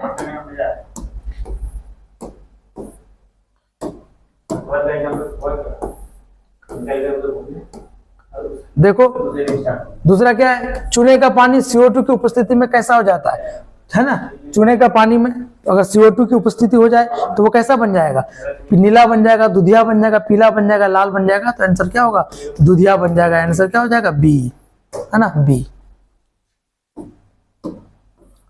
फास्ट चलेंगे थोड़ा, बहुत सारा क्वेश्चन है ना। देखो पुराने जरों में श्वसन प्रक्रिया कैसे संपन्न होती है? अभी हम आपको बताए थे कि पुराने जर में, अभी हम इससे पहले डिस्कस ही किए इस चीज के, कि पुराने जर में क्या होता है, मूल रोमों की अभाव हो जाती है, जिसमें वात रंध्र द्वारा यानी स्टेम में तनाव में छिद्र के द्वारा गैसों का आदान प्रदान होता है। तो पुराने जरों में 58 नंबर क्वेश्चन का देखो क्या होगा, वात रंध्र होगा, क्योंकि इससे पहले भी ये क्वेश्चन हम कर चुके हैं। सी होगा आंसर, और इसको समझाया भी अच्छे तरीके से आपको। 59 नंबर क्वेश्चन देखेंगे।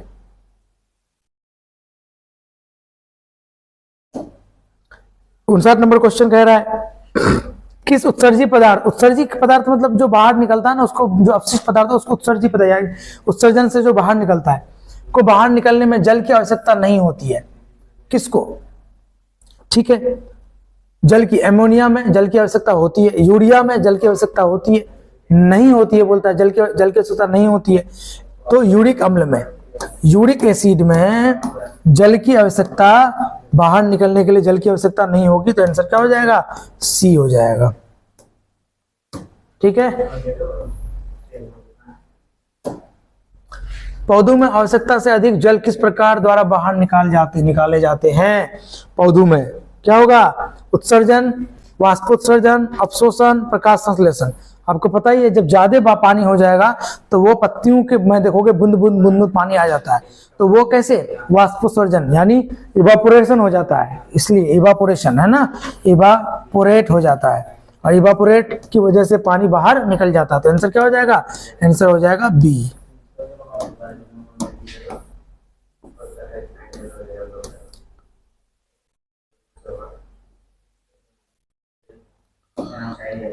इकसठ नंबर क्वेश्चन, टैनिन मुख्यतः कहाँ जमा होता है? टैनिन, वही टैनिन भी एक तरह का गोंद है, और वो कहाँ जमा होता है, पेड़ के छालों में, छाल के ऊपर में गोंद जमा होता है, तो वृक्ष के छाल में, है ना आंसर।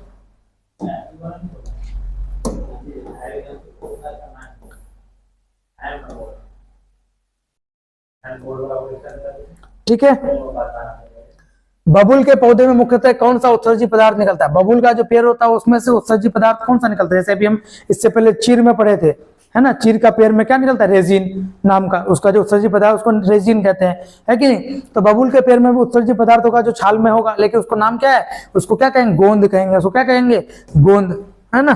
तो आंसर क्या हो जाएगा, सी।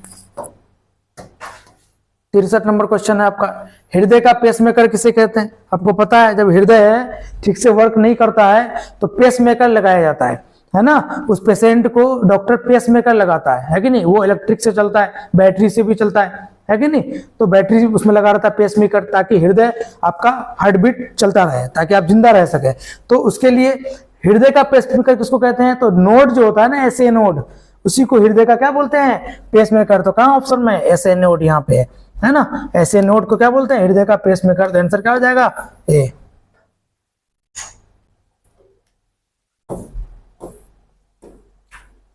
हाँ, अब है पाचन की क्रिया पूर्ण होती है, यानी आप जो खाते हो वो डाइजेस्ट पूर्ण रूप से कहाँ होती है, छोटी आंत में कि बड़ी आंत में कि अमाशय में। तो अमाशय में तो आपको पता है कि आंशिक रूप से पाचन होता है, अग्न्याशय में, बड़ी आंत में, छोटी आंत में। तो आंसर क्या होगा, सी, छोटी आंत में। भोजन का पूर्ण रूप से पाचन छोटी आंत में होता है, आंसर होगा सी।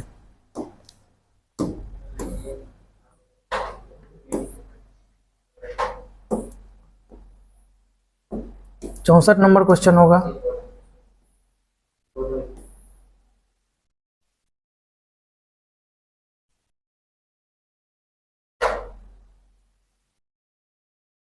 ये तो हो गया ना।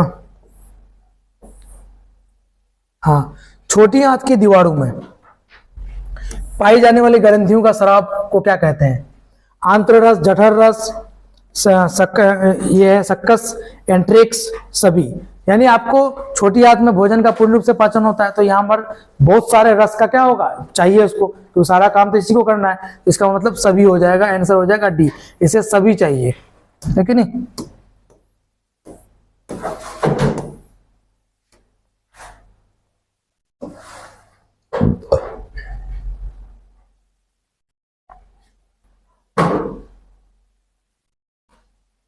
ठीक है, हृदय का वैष्णु का शिथिलन एवं संकुचन कर्म से कहलाता है। अभी हम बताए थे कि हृदय जो आपका जो हार्ट है, ये हार्ट जो चल रहा है, ब्लड जो प्रेशर जो फ्लो अप हो रहा है, तो ये आपको बताया था 120 बटे क्या होगा, 80 होगा, है ना। तो ऊपर ये शिथिलन पूछ रहा है, और संकुचन ये होता है शिथिलन, शिथिलन, है ना। और ये होता है संकुचन, संकुचन मतलब कम होना, है ना। शिथिलन मतलब प्रेशर बढ़ना, तो इसी को हाई प्रेशर बोलते हैं, है ना। इसी को लो प्रेशर बोलते हैं, है ना। तो ये शिथिलन क्या होगा, शिथिलन को हम अगर बोलेंगे अलग भाषा में तो ये होता है डायस्टोल, है ना। डायस्टोलिक प्रेशर बोलते हैं इसको, और इसको बोलते हैं सिस्टोलिक प्रेशर, सिस्टोलिक, इसको क्या बोलते हैं, सिस्टोलिक प्रेशर।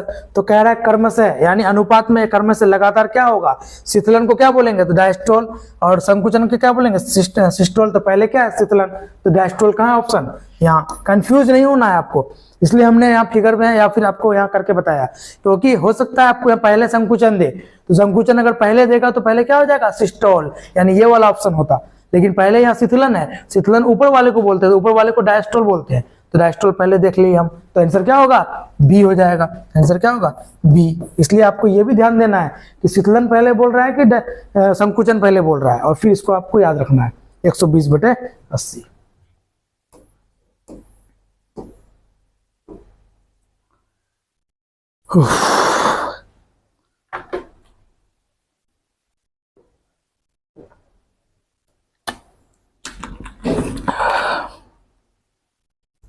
नेक्स्ट क्वेश्चन है 67, मनुष्य के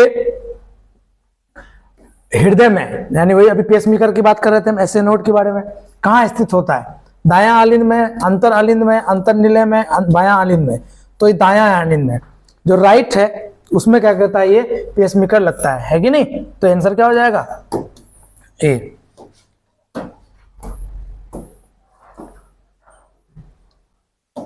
ठीक है, हृदय के चारों तरफ उपस्थित सुरक्षात्मक द्रव को क्या कहते हैं, कौन सा द्रव है, जो हृदय, आपको पता है कि जो हार्ट है, ये हार्ट के चारों तरफ ना एक द्रव होता है, एक पानी टाइप का, चिपचिपा टाइप का पदार्थ होता है, उसको क्या बोलते हैं, पार्श्विक हृदय आवरण, आंतरिक हृदय आवरण, ये हो गया पेरिकार्डिक द्रव।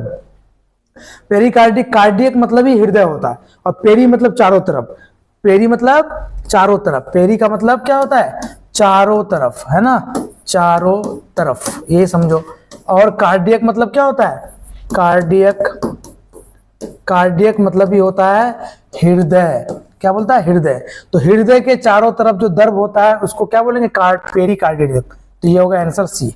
समझ गए? इसको तोड़ के हम पेरी मतलब चारों तरफ, और यही तो पूछ रहा है ना, सुरक्षात्मक चारों तरफ जो द्रव होता है उसको क्या कहते हैं? उसको कहते हैं पेरिकार्डियक द्रव, है ना। आंसर क्या हो जाएगा? सी।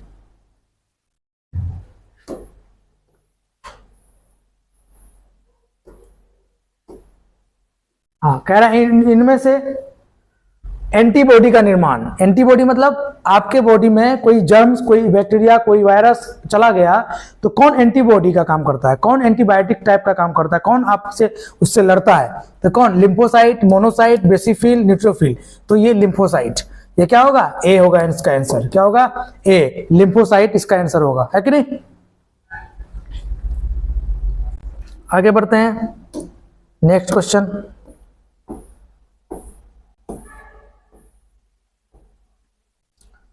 कहता है अशुद्ध रक्त फेफड़ों से हृदय में जाता है, यानी फेफड़ा से हृदय में जो रक्त अशुद्ध है वो जाता है, किसके द्वारा जाता है? फुफ्फुस शिरा द्वारा जाता है, फुफ्फुस धमनी द्वारा जाता है, रक्त कोशिकाओं द्वारा जाता है, इनमें से कोई नहीं। तो फुफ्फुस धमनी, ये जो धमनी है याद रखना है, इसको कंफ्यूज एकदम नहीं होना है। धमनी अशुद्ध रक्त, धमनी क्या होगा? अशुद्ध रक्त को लेके जाएगा, हमेशा याद रखना है। धमनी, सिरा, दो तरह का होता है ना, धमनी बड़ा, सिरा एकदम थोड़ा सा उससे छोटा। तो ये फुफ्फुस धमनी क्या करता है? अशुद्ध रक्त को फेफड़ा से हृदय में लेके जाता है। आंसर हो जाएगा, सॉरी, इसका आंसर हो जाएगा बी। इसका क्या हो जाएगा आंसर? बी। 71 नंबर क्वेश्चन है, धमनियां शुद्ध रक्त पहुंचाती है। कितना नंबर क्वेश्चन है? 71।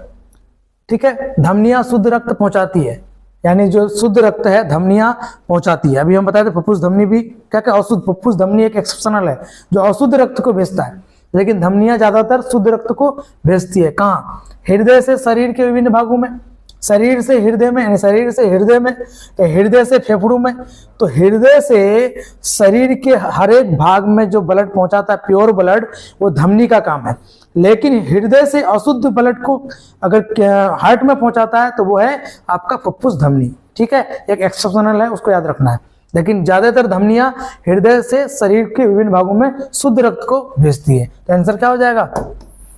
ए।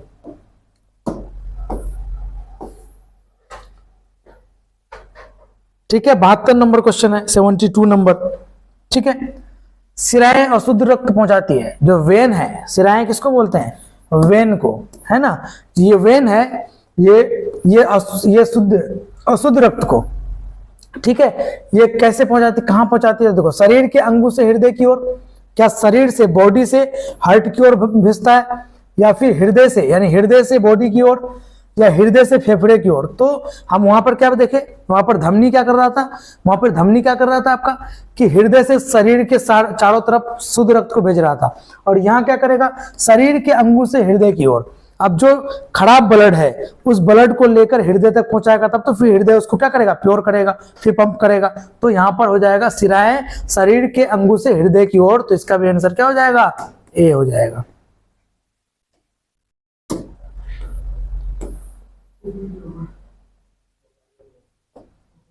नेक्स्ट क्वेश्चन, ये कोशिका रक्त स्राव को रोकती है, आपको पता ही है ना, कि रक्त स्राव मतलब रक्त का बहना। रक्त कब बहती है? तो उसको रक्त अगर बह रहा है तो उसको कौन रोकता है?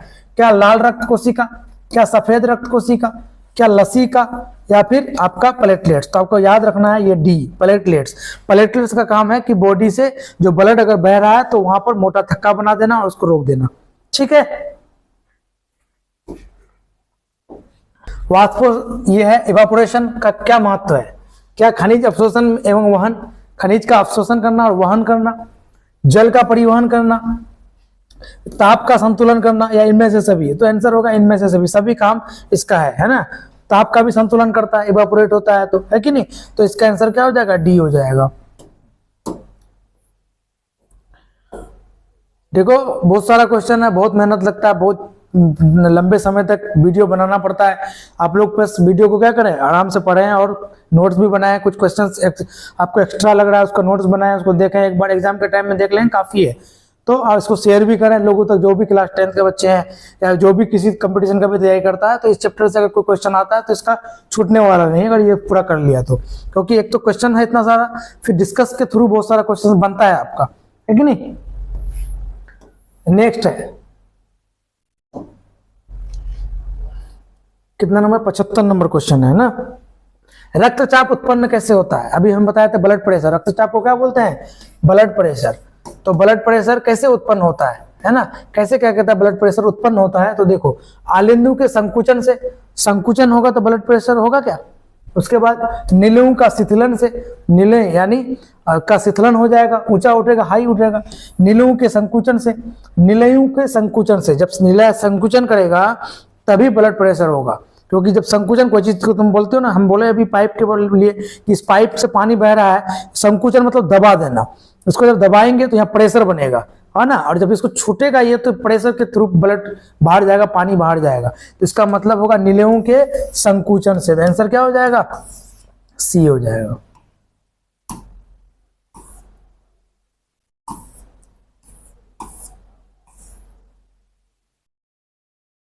मनुष्य के उत्सर्जन, यानी मनुष्य जो कोई भी चीज उत्सर्जन करता है, एक्सक्रीट करता है, तो उसके तंत्र होते हैं, वृक्क हैं, मूत्रवाहिनी है, मूत्राशय, मूत्रमार्ग, इनमें से सभी है, सभी होगा इसमें, ठीक है।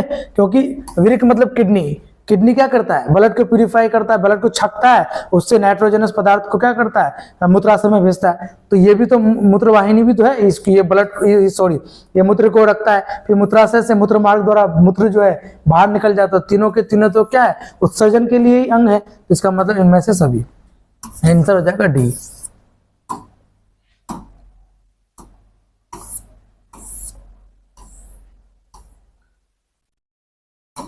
मानव के शरीर में कितने वृक्क होते हैं, वृक्क मतलब किडनी, कितने किडनी होते हैं आपको पता है, 2 किडनी होता है भाई, 2 किडनी, एक राइट और एक लेफ्ट। तो 2, एक जोड़ा, तो 2 अगर जोड़ा क्या होता है, जोड़ा मतलब 2, तो एक जोड़ा हुआ, तो एक जोड़ा, यहाँ पे 2 नहीं देख रखा, कभी गलत मुझसे यहाँ 2 देखना, सोचना कि 2 है और 2 जोड़ा है यहाँ पे, ये भी याद रखना। ऑप्शन आपको क्या कर सकता है, कंफ्यूज कर सकता है। जोड़ा में नहीं है, जोड़ा में तो एक ही जोड़ा है, लेकिन यहाँ सिर्फ जोड़ा ना रहकर 2 1 2 रहता तब ये आंसर होता, लेकिन जोड़ा है तो एक जोड़ा आंसर होगा, ए होगा आंसर।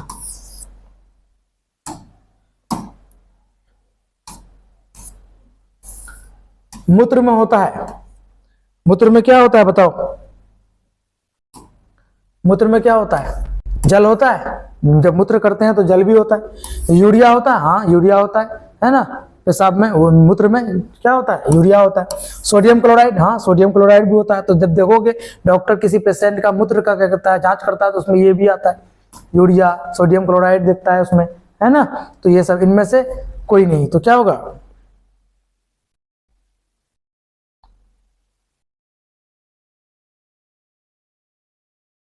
मूत्र में होता है। अच्छा अगर ये तुमको ये पूछ रहा है मूत्र में होता है तो इनमें से कोई नहीं, क्योंकि नाइट्रोजन शायद यहाँ पे नाइट्रोजन होता तो होता, लेकिन यूरिया। अच्छा इसको देखेंगे 78 नंबर क्वेश्चन, वैसे नाइट्रोजन होने से आंसर होता, इनमें से कोई नहीं आंसर, ठीक है। इसको देखेंगे 79, नेफ्रॉन में प्याले जैसी रचना होती है। नेफ्रॉन आपको पता ही है कि किडनी में बहुत सारे क्या कहते हैं, छलनी छकनी टाइप का क्या होता है, जाल टाइप का होता है, उसी को क्या बोलते हैं, नेफ्रॉन बोलते हैं। बहुत सारे नेफ्रॉन होते हैं, प्याले जैसी रचना होती है, उसे क्या बोलते हैं बताओ, बेनेल बोमेन सैंपुल, ये संपुट है, हेनले का पचाप या ग्लोमेरुल या फिर मेलपिनिगियन केव, ये होगा ये संपुट। क्या होता है, नेफ्रॉन जैसी, यानी अगर ये किडनी है, इसको अगर ऐसे देखे तो इसमें बहुत सारा ऐसा ऐसा होता है निकला हुआ, ये जो ये होता है इसी को बोलते हैं बोमेन सेप्यूट। क्या बोलते हैं, बोमेन संपुट। तो आंसर क्या होगा, ए।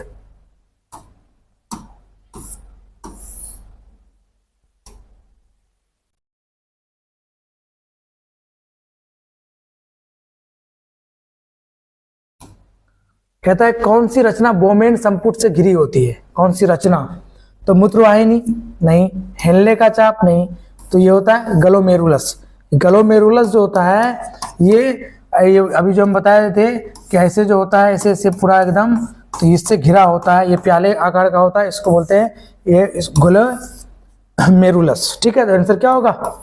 सी।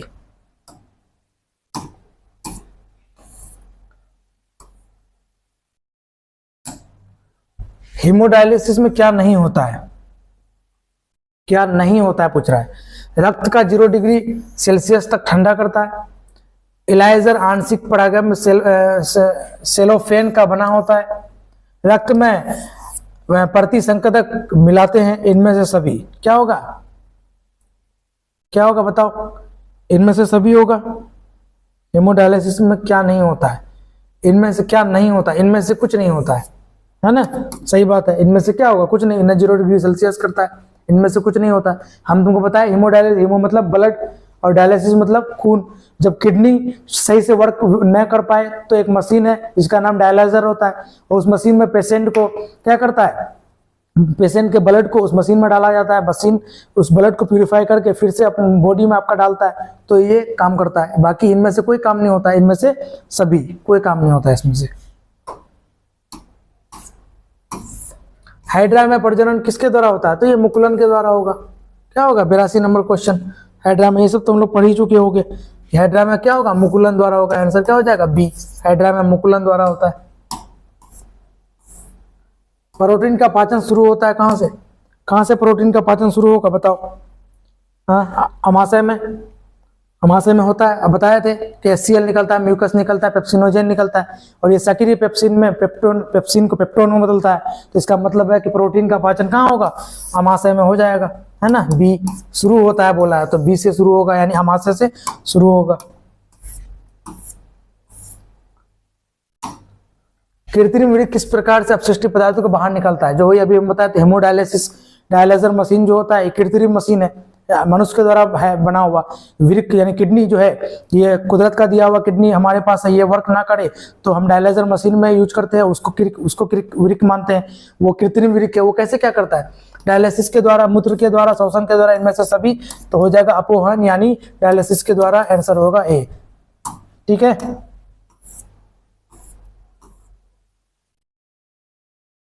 कहता है रक्तचाप। अभी हम बताया था ना, ब्लड प्रेशर, सिस्टोलिक, डायस्टोलिक, 120/80, शीतलन, संकुचन बताए थे अभी। तो इसको नापने के लिए जो मशीन डॉक्टर यूज करता है उसको क्या बोलते हैं? उसका नाम होता है स्फेग्नोमेनोमीटर। क्या होता है? स्फेग्नोमेनोमीटर। ये होगा आंसर ए। ठीक है, डायलिसिस तो तुम देख ही लिए, वृक्क का काम है। डायलाइजर भी इसी मशीन को कहते हैं। तो ये हो जाएगा स्फेग्नोमेनोमीटर। जिससे ब्लड प्रेशर नापा जाता है उसको बोलते हैं स्फेग्नोमेनोमीटर। ठीक है,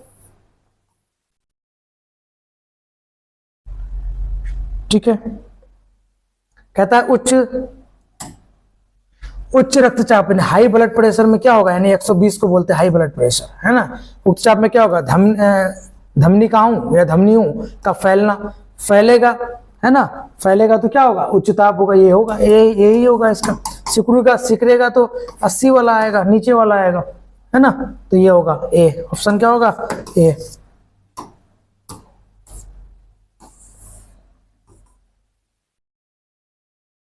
कहता है उच्चता, हाई ब्लड प्रेशर लोगों को होता है ना?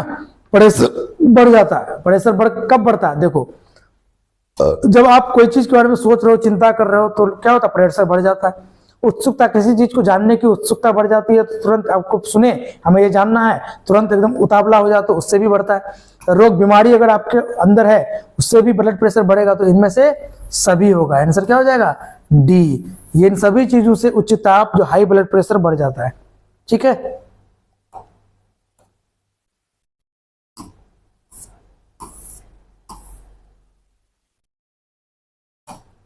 कहता है उच्च रक्तचाप घातक क्यों हो जाता है? घातक क्यों हो जाता है, या क्वेश्चन ये कहना चाहता है कि उच्च रक्तचाप में कौन सा जो है ये पार्ट्स है उसको घातक कर देता है ना? वो ये कहना चाहता है। ट्रेकिया, नाक, क्लोम, फेफड़ा। तो ये फेफड़ा, क्योंकि उच्च, तुमको पता है कि हृदय से रिलेटेड है, और हृदय और फेफड़ा, इसमें क्या होता है? ब्लड वहां से यहाँ से वहां हो रहा है, फेफड़ा और हृदय में। तो इससे अगर उच्चता, हाई ब्लड प्रेशर हो गया तो फेफड़ा को नुकसान हो सकता है ना? घातक हो सकता है। तो आंसर क्या हो जाएगा? डी। निम्न में कौन सी बीमारी श्वसन तंत्र से संबंधित है, यानी रिस्पायरेटरी सिस्टम से कौन सी बीमारी है? डायरिया। डायरिया को क्या बोलते हैं? डायरिया जिसको मतलब आपका मतलब क्या होता है, डिहाइड्रेशन हो जाता है, बॉडी से पानी बाहर निकलने लगता है, बहुत ज्यादा क्या कहता है, आपको दस्त हो जाता है, लूज मोशन हो जाता है ना। टीबी, ये टीबी हो गया, निमोनिया हो गया।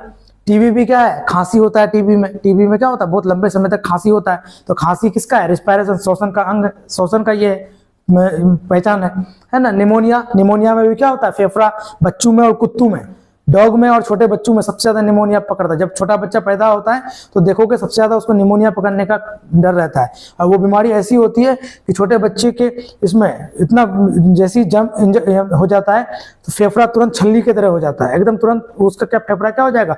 छलनी की तरह हो जाएगा। फिर उसमें हवा यानी वो जो है ऑक्सीजन लेगा और तुरंत वो क्या कहते हैं, फेफड़ा उस पर काम करना बंद कर देगा। तो कुछ दिन बाद अगर डॉक्टर इलाज ना हो ठीक से तो वो डेथ कर जाता है बच्चा। तो निमोनिया बहुत छोटा बच्चों को बहुत जल्दी हो जाता है और ये बहुत खतरनाक बीमारी भी है ना। तो ये दोनों क्या है? श्वसन से है जुड़ा हुआ, टीबी भी और निमोनिया भी। तो क्या हो जाएगा? बी और सी। आंसर क्या हो जाएगा? डी। 90 में देखो, इनमें सौपोषी कौन है? इनमें सौपोषी बोल रहा है। सौपोषी मतलब जो अपना भोजन खुद से बनाए। तो हरे पौधे, कीट, मछली, इनमें से सभी। मछली अपना भोजन खुद से बनाता है, कीट अपना भोजन खुद से बनाता है नहीं। तो हरे पौधे। आंसर क्या हो जाएगा? ए।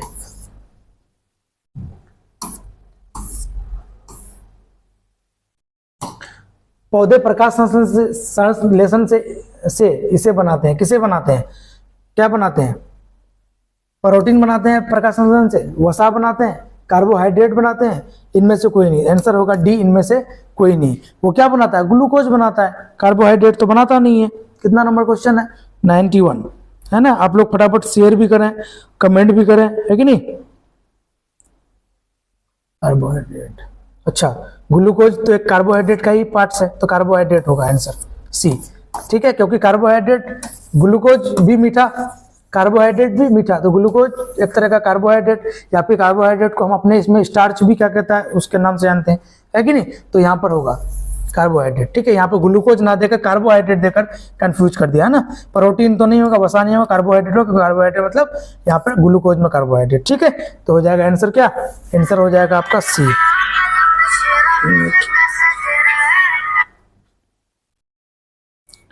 ठीक है, नेक्स्ट क्वेश्चन देखो।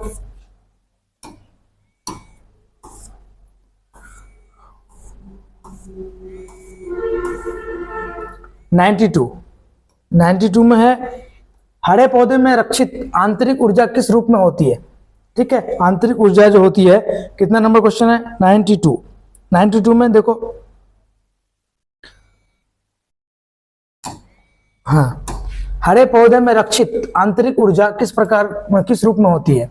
ठीक है, यानी जो अंदर की जो हरे पौधे में जो ऊर्जा होता है वो किस रूप में जमा होता है वो बोल रहा है। जैसे हम लोग अपने इसमें एटीपी देखे थे, यहाँ क्या होगा? मंड को स्टार्च बोलते हैं, स्टार्च है ना। स्टार्च के रूप में क्या होता है? जमा होता है भोजन हरे पौधे में, इसलिए इसको बोलेंगे मंड। डी हो जाएगा इसका आंसर। क्या हो जाएगा इसका आंसर? डी। 93, प्रकाश संश्लेषण में प्रकाश से ऊर्जा रूपांतरित होता है। किसमें होता है?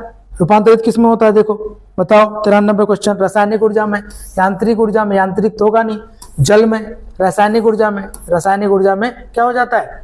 प्रकाश में प्रकाश से ऊर्जा रूपांतरित होता है। किसमें? रासायनिक ऊर्जा में। क्या हो जाएगा? सी हो जाएगा, है ना। 93 का सी हो जाएगा। 94 में चलेंगे।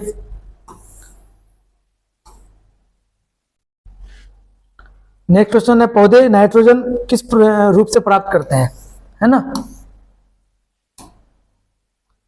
ठीक है, पौधे जो है नाइट्रोजन किस रूप से प्राप्त करते हैं? नाइट्रेट के रूप में, नाइट्रेट के रूप में। अच्छा नाइट्रेट, अच्छा नाइट्राइट और नाइट्रेट, तो ए और बी दोनों होगा। नाइट्रेट बोलो, नाइट्राइट के रूप में, दोनों के रूप में। तो आंसर क्या हो जाएगा? सी हो जाएगा। 95 नंबर क्वेश्चन। ये जीव भोजन का विघटन अपने शरीर के बाहर करते हैं।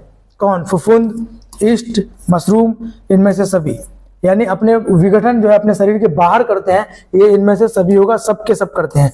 तो डी हो जाएगा, सब बाहर करते हैं, ईस्ट भी, मशरूम भी, फफूंद भी, इनमें से सभी। 96,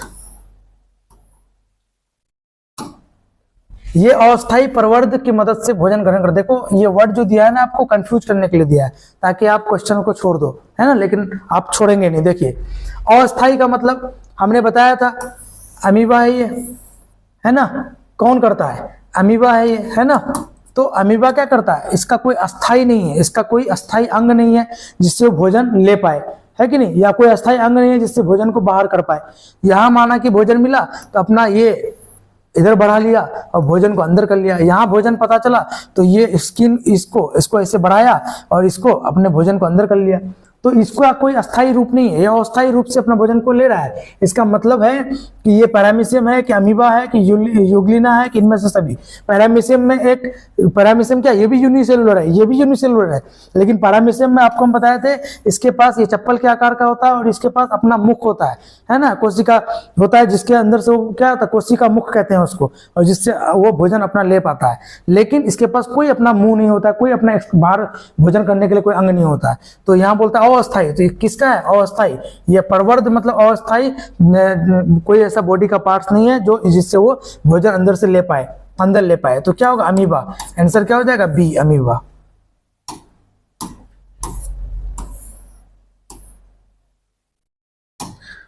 कहता है शरीर की किस सतह से पोषण, श्वसन और उत्सर्जन इसके मुख्य लक्षण है। ये भी अमीबा होगा। इसका सतह अभी हम बताए थे ना, अमीबा, यहाँ भोजन है सतह से ले रहा है तो इसका पोषण भी सतह से करता है, ये उत्सर्जन भी अपने सतह से करेगा कहीं से भी, तो ये हो जाएगा डी, अमीबा आंसर।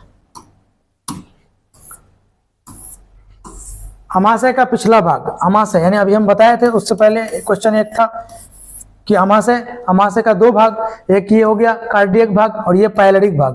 तो क्या हो जाएगा, कार्डियक तो होगा नहीं क्योंकि ये आगे वाले भाग है, फुंडिक तो होगा नहीं, पायलरिक भाग होगा, सी होगा आंसर। क्या हो जाएगा आंसर, सी। ये पीछे वाले भाग को पायलरिक भाग बोलते हैं। 99 अमाशय के जठर रस में पाए जाते हैं। अमाशय के जठर रस अभी हम बताए थे थोड़ा देर पहले कि अमाशय है, अमाशय में जठर रस पाया जाता है। जठर रस में क्या पाया जाता है, HCl, उसके बाद म्यूकस जिसको हम सलेस्मा बोलते हैं, और फिर पेप्सिनोजेन। तो देखो हाइड्रोक्लोरिक अम्ल यानी हो गया ये HCl, ये सलेस्मा, इसी को बोलते हैं म्यूकस, ठीक है, और पेप्सिनोजेन ये हो गया पेप्सिन, पेप्सिनोजेन। तो सभी होगा ना, डी होगा, है ना। अभी हम बताए थे इससे पहले कई बार बताया, तो आपको ये सब चीज याद रखना है ताकि क्वेश्चन आए तो आप डील कर पाओ, है कि नहीं। 9 और 100 यानी शतक में हम चल दिए, और क्वेश्चन हमने बताया कि 200 है और टाइम बहुत ज्यादा हो गया है। अब हमारे अंदर भी इतना हिम्मत नहीं है कि हम आपको और 100 क्वेश्चंस करा पाए, ठीक है। तो ये क्वेश्चंस आपको नेक्स्ट पार्ट में मिल जाएगा, पार्ट 2 में। यानी आपके पास ऐसा नहीं है कि 100 ही क्वेश्चन है, और 100 क्वेश्चंस बचे हैं, ठीक है, लगभग। तो उस क्वेश्चंस को भी आपको करना है, वो भी सारे इंपॉर्टेंट क्वेश्चन है, MCQ प्लस PYQ, ठीक है। तो आपको ये 100 क्वेश्चन करने के बाद अब आपका एक ही काम बचेगा, ये 100 के क्वेश्चंस को देख लेना, ताकि इस चैप्टर से कोई भी क्वेश्चंस किसी भी एग्जाम में आए, आपके एग्जाम 10th से लेकर या कोई भी किसी कंपटीशन का तैयारी कर रहा हो, अगर आए तो उसका क्वेश्चंस नहीं छूटनी चाहिए, है कि नहीं। ये शतक पुराने के बाद हम आपसे विदा लेंगे और फिर कल मिलेंगे या फिर नेक्स्ट वीडियो में मिलेंगे आपसे और अगले 100 क्वेश्चंस को लेकर, ताकि ये चैप्टर पूरा हो पाए, है कि नहीं। 100वां क्वेश्चन आपका क्या है, 100वां क्वेश्चन अमाशय की ग्रंथियों से अत्यधिक अम्लीय शराब से क्या होता है। अभी हम उससे पहले बहुत अच्छे तरीके से इसका जवाब भी दिए थे आपको कि ये अमाशय है यानी ये पेट है, और पेट में HCl भी है, म्यूकस भी है, अभी भी इससे पहले बताया पेप्सिनोजेन है। लेकिन हमने बताया था एक चीज कि जब आप बहुत देर तक, बहुत दिन तक खाली पेट रहते हैं, मतलब ठीक से खाते नहीं है, आप बहुत खाली पेट रहते हैं, उससे HCl का स्राव सबसे ज्यादा पेट में होगा। और जब HCl का स्राव सबसे ज्यादा होगा तो म्यूकस का काम है HCl को दीवारों तक नहीं आने देना। लेकिन जब किसी चीज की अत्यधिक मात्रा हो जाएगी तो म्यूकस बेचारा क्या करेगा, म्यूकस जितना उसको निकालना, बोलेगा भाई हम तुमको रोक रहे हैं, ठीक है। एसिड HCl कहेगा हम नहीं रुकेंगे, हम बहुत तुमसे ज्यादा मात्रा में यहाँ पर है, तो वो क्या करेगा, म्यूकस बेचारा साइड हो जाएगा, वो बोलेगा हम तो हाथ जोड़ लिए भैया, हम आपको अब नहीं रोक पाएंगे। तो HCl अपना काम दिखाने लगेगा, वो चिपक जाएगा दीवारों में, वो कहाँ चिपक जाएगा, HCl दीवारों में चिपक जाएगा। और HCl बहुत खतरनाक एसिड होता है, और ये जब जैसे दीवार में चिपकेगा दीवार में गड्ढा बनाएगा, और ये जो दीवार में गड्ढा बनाएगा ये कुछ दिन बाद घाव बन जाएगा, और जब घाव बन जाएगा तो ये पेप्टिक अल्सर का नाम होता है। इसी घाव को हम बोलते हैं पेप्टिक अल्सर, और ये पेप्टिक अल्सर बाद में कैंसर बन जाता है। तो क्वेश्चन कह रहा है कि ग्रंथियों में अत्यधिक अम्ल है, यानी अत्यधिक HCl हो गया तो क्या होगा, अभी हम बताएं पेप्टिक अल्सर होगा। क्या हो जाएगा, पेप्टिक अल्सर हो जाएगा। तो कहाँ है ऑप्शन, पेप्टिक अल्सर होता है, आंसर हो जाएगा बी। तो आपका आज का ये जो सेशन था यहीं समाप्त करते हैं। अब मिलेंगे हम आपको नेक्स्ट 100 क्वेश्चन लेकर नेक्स्ट वीडियो में। तब तक के लिए बाय, और आपसे विदा लेते हैं। खुश रहें, सब सुरक्षित रहें, और इसी तरह तैयारी करते रहें ताकि आपको फिजिक्स का भी इसी तरह पहला चैप्टर का क्वेश्चन लेकर सब आप आएंगे। केमिस्ट्री का तो दानिश सर आपको कराई दिए हैं। बायोलॉजी का आज हमने ये पार्ट 1 डाल दिया, और बायोलॉजी का और एक इसी पार्ट का 100 क्वेश्चन इसी चैप्टर का बाकी है जो हम अगले वीडियो में लेके आएंगे। तब तक के लिए थैंक यू।